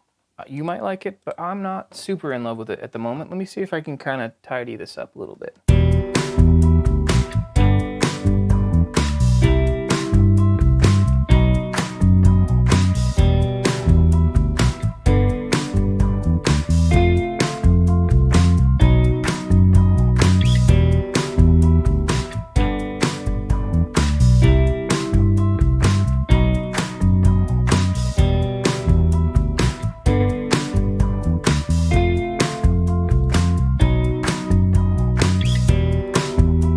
some of these claps are a little too much.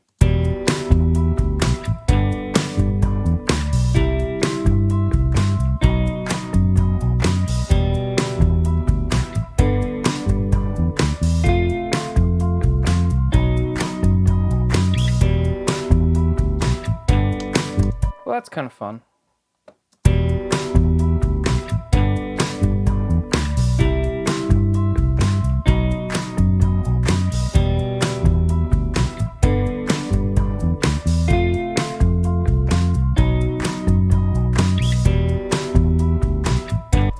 That's kind of cool. Now let me save it before I forget. Mateus, you imagined it wrong. Yep, that's a good idea, Mateus. I gotta start asking people to come up with 2 parts on a Patreon challenge. Community challenge. Great idea. What is this? What day is it? It's 2/21/22. Tomorrow's 2/22/22. I'm gonna throw a little limiter on this, so it might get a little louder. So turn your volume down now is generally probably a good idea. So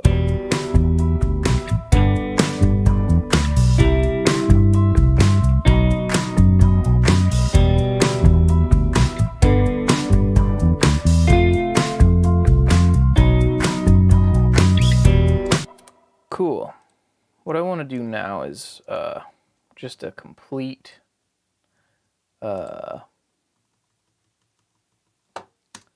let's see if we can kind of wrangle some solos over this.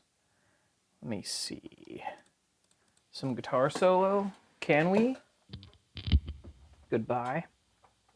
And hello. Sometimes I want to write a melody. Sometimes I just don't care and I want to just kind of screw around.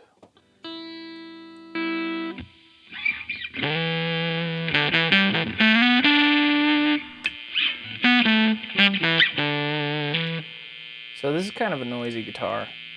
So I'm actually going to throw a noise gate on here, and I'm not going to, let's see. There we go.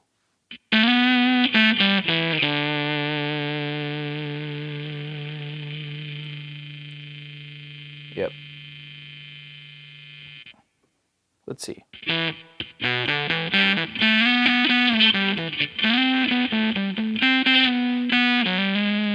Whoa.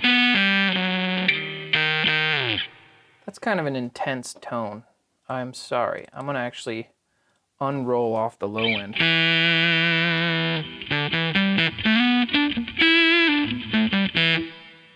All right, I'm gonna screw around over this. I'm gonna see what I can come up with. I'll try to aim my camera so you can kind of see what I'm doing here. And I'm open to any questions you might have too. So, you know, if you've got some questions, let me know. I love questions. Okay, I'm gonna just screw around over this though.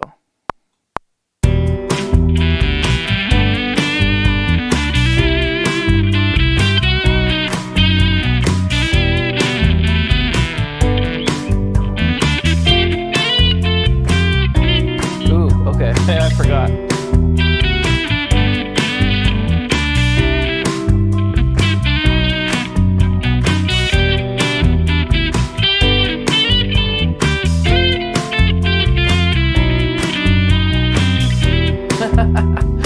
Okay. So, I got some navigating to do. Maybe I'll hop over to the camera guitar and since this tone's kind of bothering me anyway, so camera guitar for a sec, and let's just kind of, let's get into how weird this is. So, everything should be working, although, oh crap, I forgot. Maybe I permanently damaged this thing somehow. Let's see if it's making noise again. Here we go. So, if it's making noise, I'm so sorry. Ah. Okay, good. Back to normal. Okay. So, let's hop up here.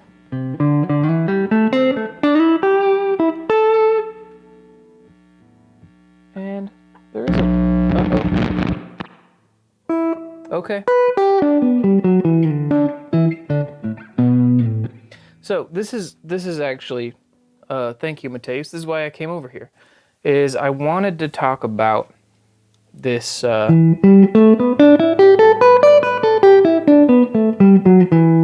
to solo over this progression, because it's kind of crazy. So let's see. Here's just roots, thirds, and fifths of an E minor chord. That's the key we're in. But let's see. E, F, G, A, B, C, C, D. So here is an E minor scale. Oh, I forgot D. There we go. E minor scale.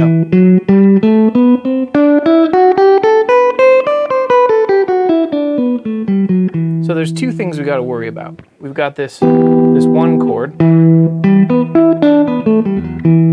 Then we've got the 3 chord, which is G major. And then we've got the C major chord. Then we've got the first thing we got to worry about is this D major. So when we solo over the 5 chord, we've got to watch out for this D sharp instead of D natural. So if I were to take a little pass over that first progression, just kind of in my head, if I'm going E minor, and then the G major, and then the C major, and then the B major. Then the second time around, we got to worry about E minor, excuse me, E minor, G major, G, B, D, right? And then we've got, instead of C, we've got to worry about F. So we can't play an F sharp here. We gotta, and then we immediately have to worry about that D major. So maybe what I can do is put this jam track on and mess around with the camera guitar here, just using this area of the neck here.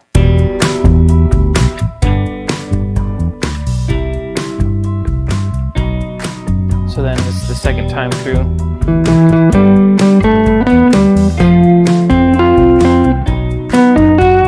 So E major, E minor.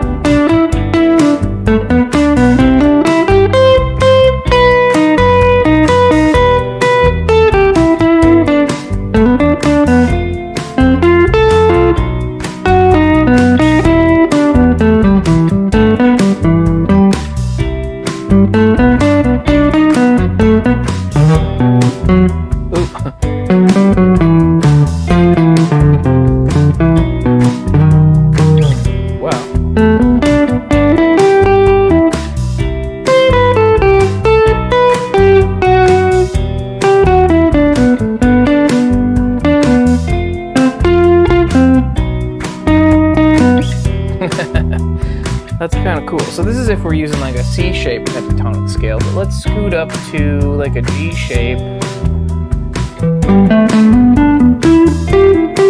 Okay, so our 1 chord now is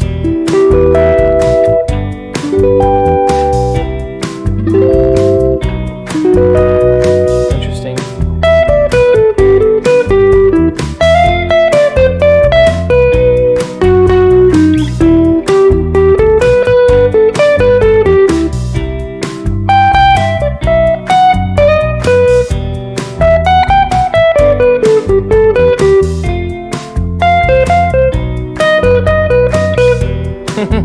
Kind of fun. So that's a lot to think about. Maybe even too much to think about. That's pretty intense, right? Well, it's a lot to think about while you're soloing.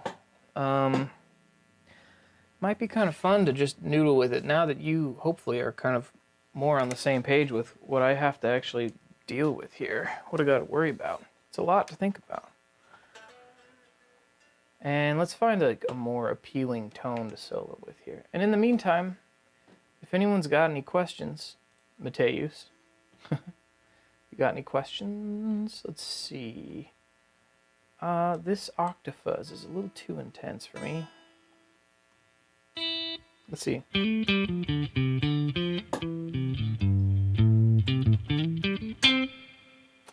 Let's see. What do I want? Do I want to use a chorus?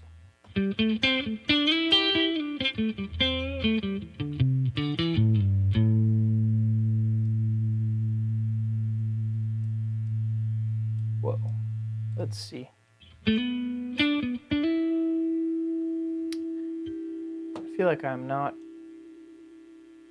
hearing that. Oh yeah, that's fun.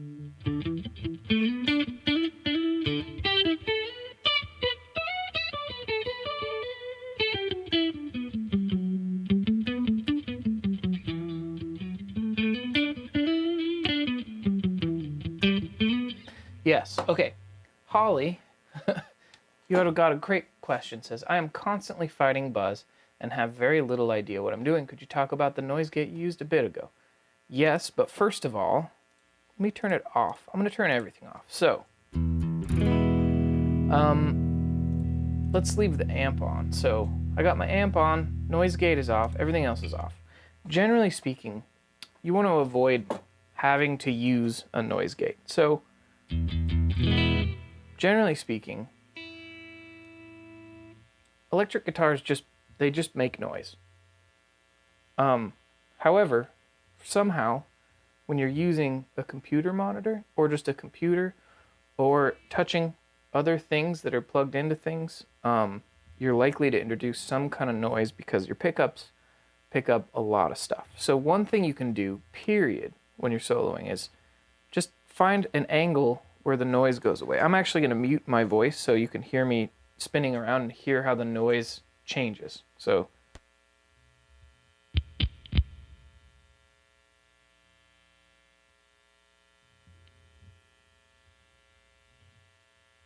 see how you hear how different angles kind of create different sounds?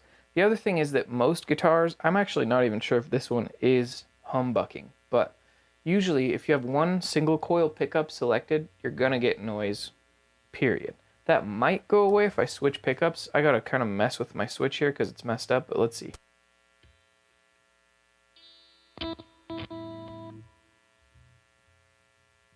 So it turns out the level of noise that I get is gonna be the same no matter which angle. Hang on a sec. Turns out the noise I was just hearing is actually from my from my camera guitar, so hang on a sec. Let's try this again.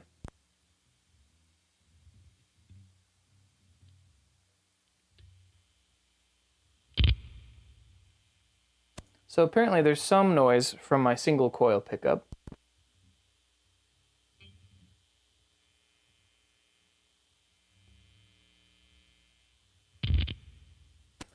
And apparently I need a new quarter inch, or I gotta repair this one because that little click that you were hearing is great. Tim, I'll see you later.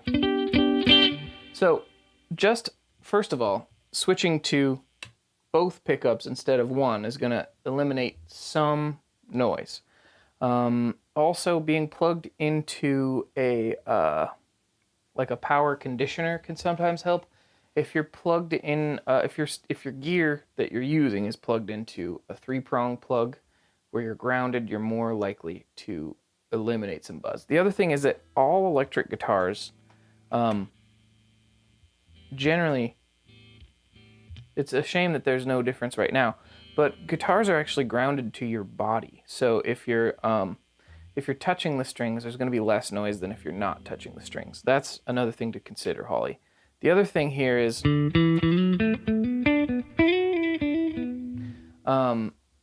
biggest thing I could say is if you're recording into your computer, find that angle where you're getting the least amount of noise. I've knocked over some water doing this a few times. I gotta be careful. Let's see. So the way the noise gate works is, let me see if I can turn a few things on here. So we shouldn't.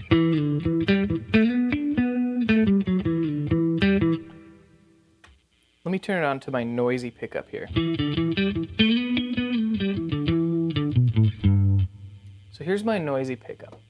I'm going to open the noise gate here, and what I'm going to do is, see how it says open and closed. So the way a noise gate works is there's this threshold here.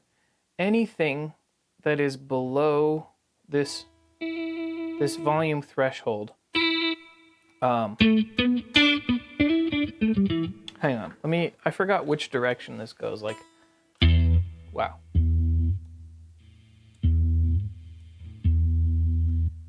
Okay, so, check this out. I'm gonna draw a little graph here. I think this will be helpful.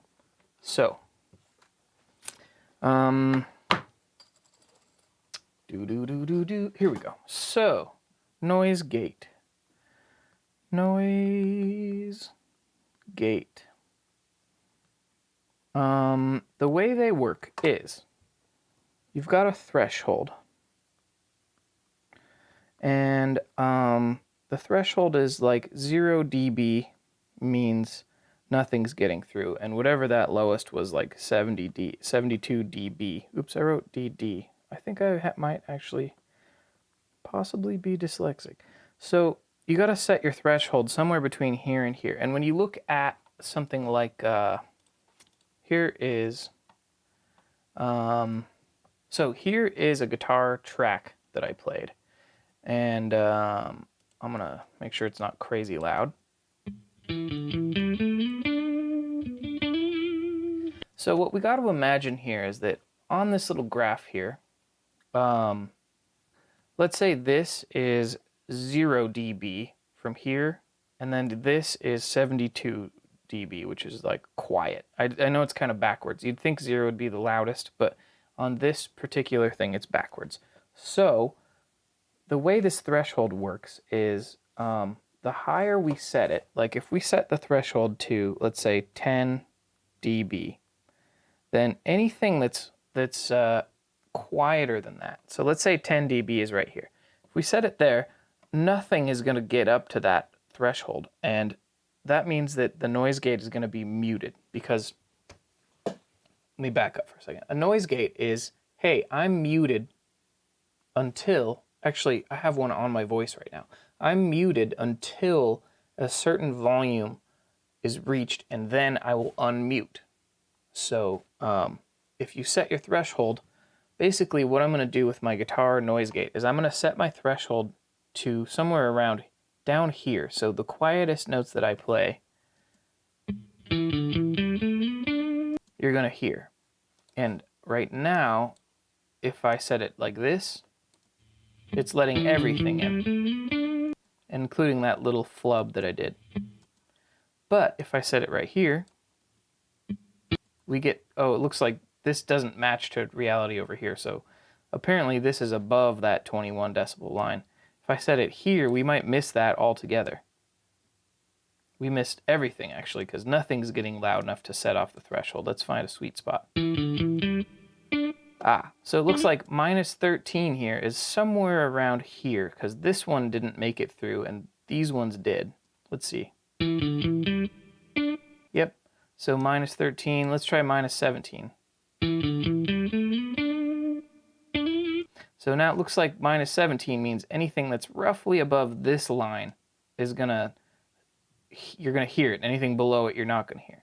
So really all we're trying to do to remove buzz is set that somewhere around here, so you hear everything, you just don't hear that background buzz. So that's too low because we're hearing that background buzz. Let's try again. There we go.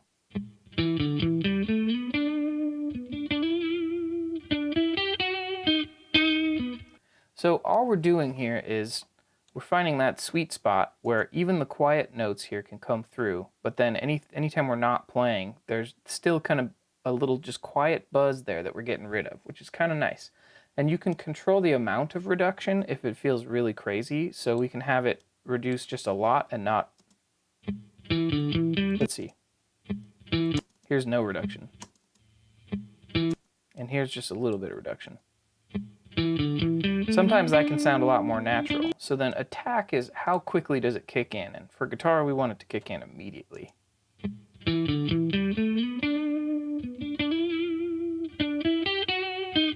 And release is basically it creates a little slope for how quickly it tapers off. So like if we set this to somewhere around here, you can see if I set it for a long time, it'll just...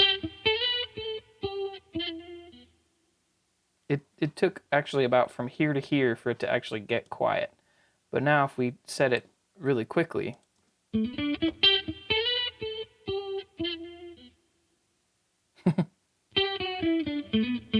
the hold is basically, these are the controls that are most important. Attack's probably pretty important for guitar, but then from there, you know, that's it. And when you're looking at which order to put things in, definitely put the noise gate first, because you want it to affect your pedals and then affect your amp, and it'll sound a lot more natural than if you put it after the amp. So put it first, then pedal board, then amp. Hopefully that helps. Now I'm gonna just screw around and figure out if it's my cable or my switch or both. Apparently, oh, neither, because I didn't hit the right button. All right, so I'm gonna noodle around with this for a minute. If anyone's got any other questions, let me know. Oops, there we go.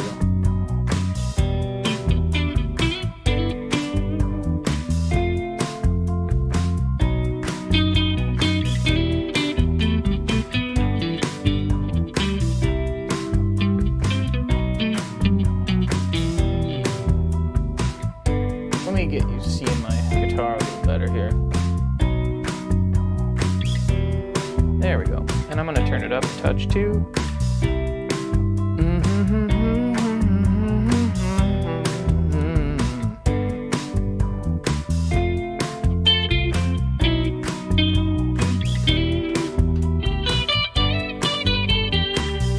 I'm gonna turn my tone down.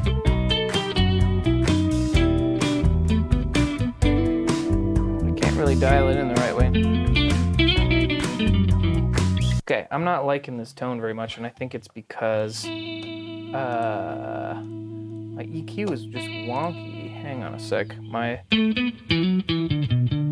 liking the low notes, but then they get too chonky down here, so.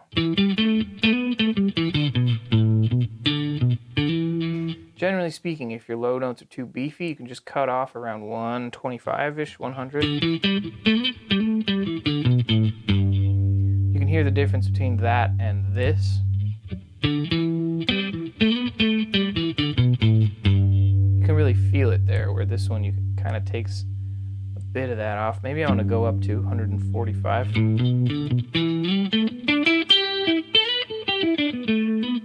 And these ones are a little too piercing up here. I don't know what's going on, but when I play those high notes,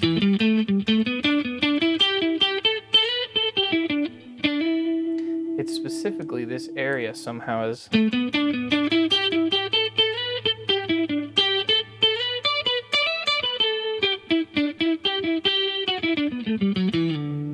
Whatever, I'll just try to figure it out here.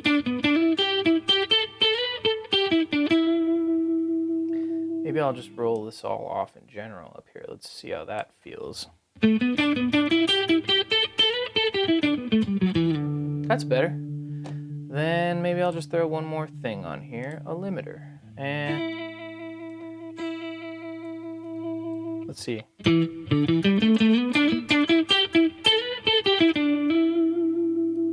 We're doing no limiting yet. Let's see.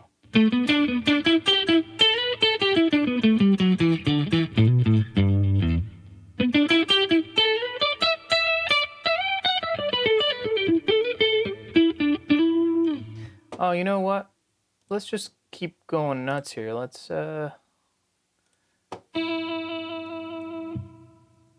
do this. Let's throw the mids up a little higher.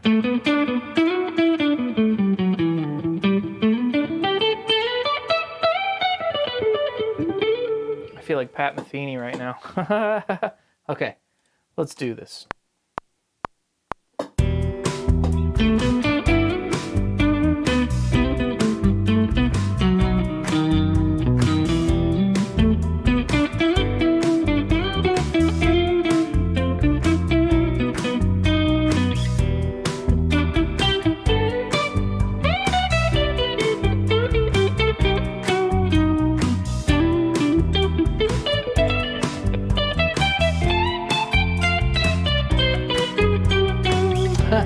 I screwed that one up.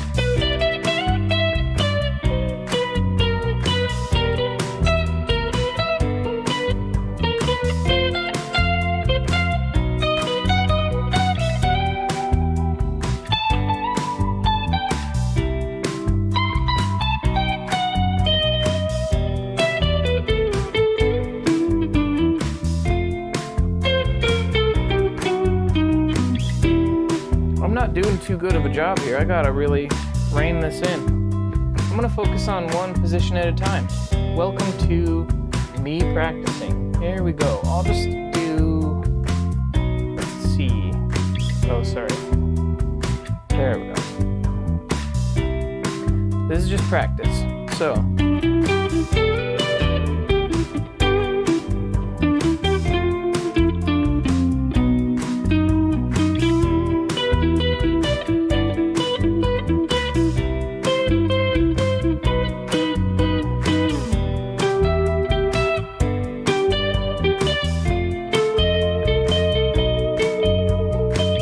interesting. So there I jumped the gun getting to the B7, but it actually sounded really good.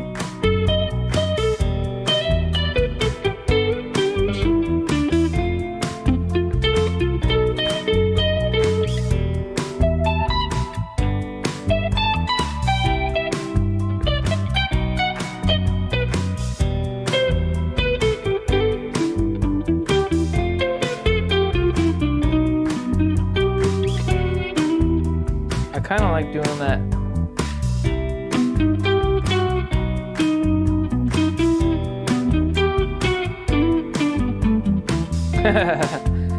Okay, so it's kind of fun to turn the B7 into an augmented chord right here.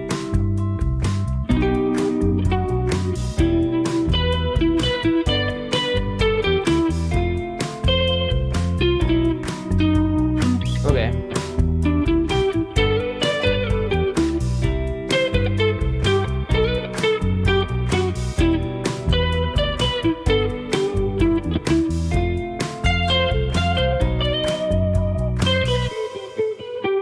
Okay, kind of fun.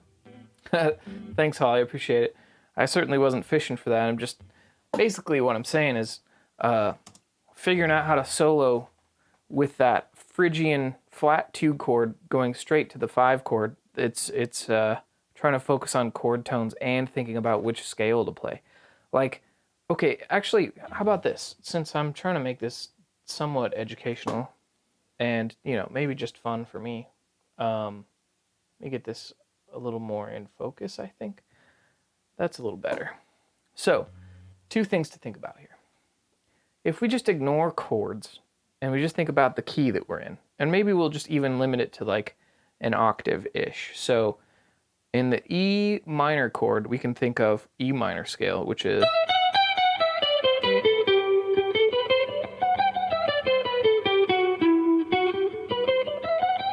Right, these are all notes that are in that E minor scale. Then the G major chord, same thing.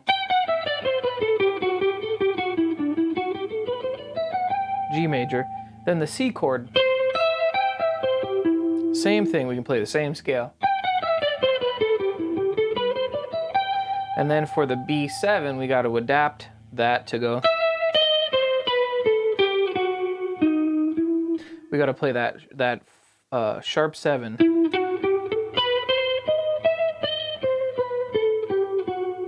Which is kind of cool. So it's really just one note to worry about. But then if you want to focus on chord tones, what I like to think about here is the root and third of the 1 chord are half a step up from the 3rd and 5th of the dominant 5 chord, which is kind of one of the fun things about harmonic minor. So we've got this cool thing for the 1 chord here, cool thing for the 5 chord here. Here's where things get tricky. Over that, what is it, 1, 3, and then flat 2 to 5, we got our same scale here. Over the E minor and the G major. And then as soon as we get to, let me scoot this down a little bit so I don't have to hold my foot up. There we go. Holding your foot up while you play is one of the worst things. There we go. So over the, let's see. So here,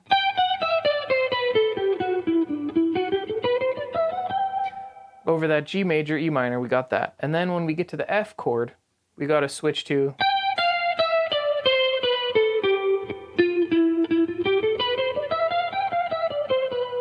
we could think of it as a, well, it's an F major chord in the key of C, because that's kind of what Phrygian, E Phrygian is, like we were talking about earlier. Then we got to go to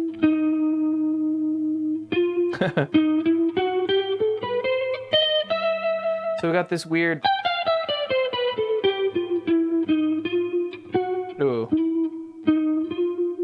so gnarly. That's what it is. So I'm just gonna mess around.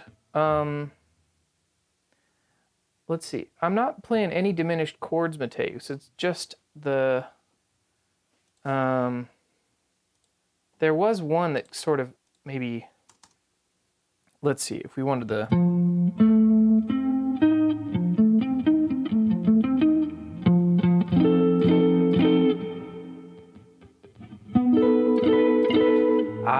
Okay, so here's the thing I was thinking about is.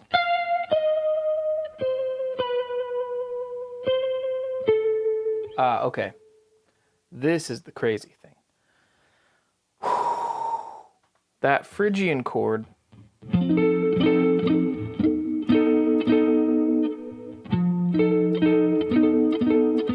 Here's what I'm hearing. Okay, so here's this crazy concept that is, I'm gonna be really honest with you. I don't actually know this concept very well, but there is a concept called Tritone Substitution. And if I can picture it in this context really quick, here, okay.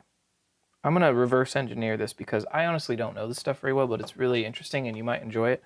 And I think I can use this to solo, which is very weird.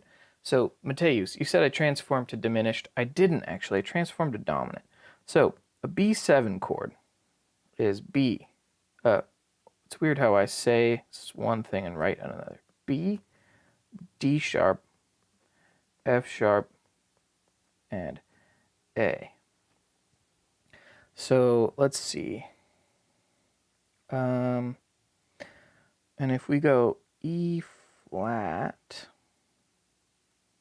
and A and F and C, there's something here. I don't even know if I'm doing this right, but let's see if I'm doing this right. D flat to A, or I mean D sharp to A, excuse me, is a tritone. So there's something really sneaky that people do in jazz that I don't honestly know that much about. But here's a D sharp and here's an A. And in that B7 chord, B, we got B, D sharp, and A, and we got an F sharp somewhere around here. These two notes, this tritone, also exists in an F dominant chord as F, A, C, E flat. So sometimes people will take like a B7 chord in jazz, and instead of playing B7, they'll play something like F7. And I'm trying to think of a good example, but it might be actually in this song where I'm going.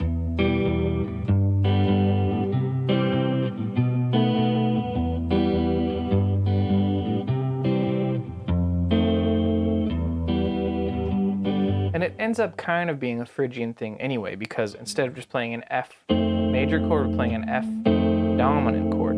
But if I try to play around with, instead of thinking of, we're playing the E, what am I trying to say? Instead of thinking of E Phrygian, where I'm playing like an E Phrygian scale, I could think of it as I'm just soloing over a dominant F chord, which the only difference would be instead of playing an E, I'd play an E flat, which is kind of fun. So I'm going to solo over that and just think, yeah, the devil's tone. I'm gonna see how this feels to just noodle over for a minute, and I'll just stay in kind of G shape territory up here, mainly because that's honestly my kind of comfort zone area, and I like to stay in my comfort zone when I'm trying to figure out something new. So I'm gonna try to mess with that E flat over the F chord, and I might even just loop this section with the F chord so I don't have to wait for it to come around so often. So I'm just going to play over the second half of that progression. That's E minor, G, F, B flat. Let's see. So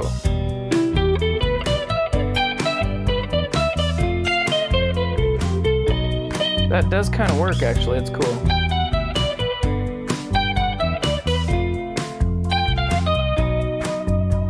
That's kind of cool.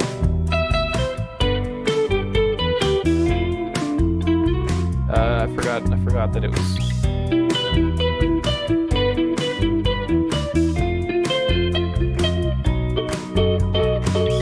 That's cool.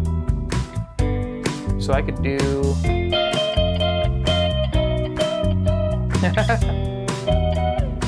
Wow, that's a lot to think about.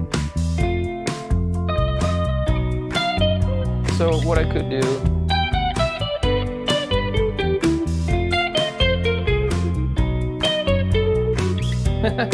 All right, I'm getting into some jazzy territory here. That's kind of wild. Man, I'm having fun. I do think though that ooh, I might need a snack or something. What time is it? I guess it's dinner time. I should see. Yeah, I think I might need to call it a day soon. Yeah. Anyone have any last questions for me before I take off? Also, please, make sure you're subscribed so we can do this more often. And, man, this is a lot of fun. So, I sure hope we can do this more often. But I think for me, it's not just snack time. It's 5:30, and I barely had breakfast. So, yeah. But I'm gonna do this more often, and oh man, I'm excited to do this more often. This is super fun. So, yeah, take care, y'all, and keep doing what you're doing, and peace out. Goodbye.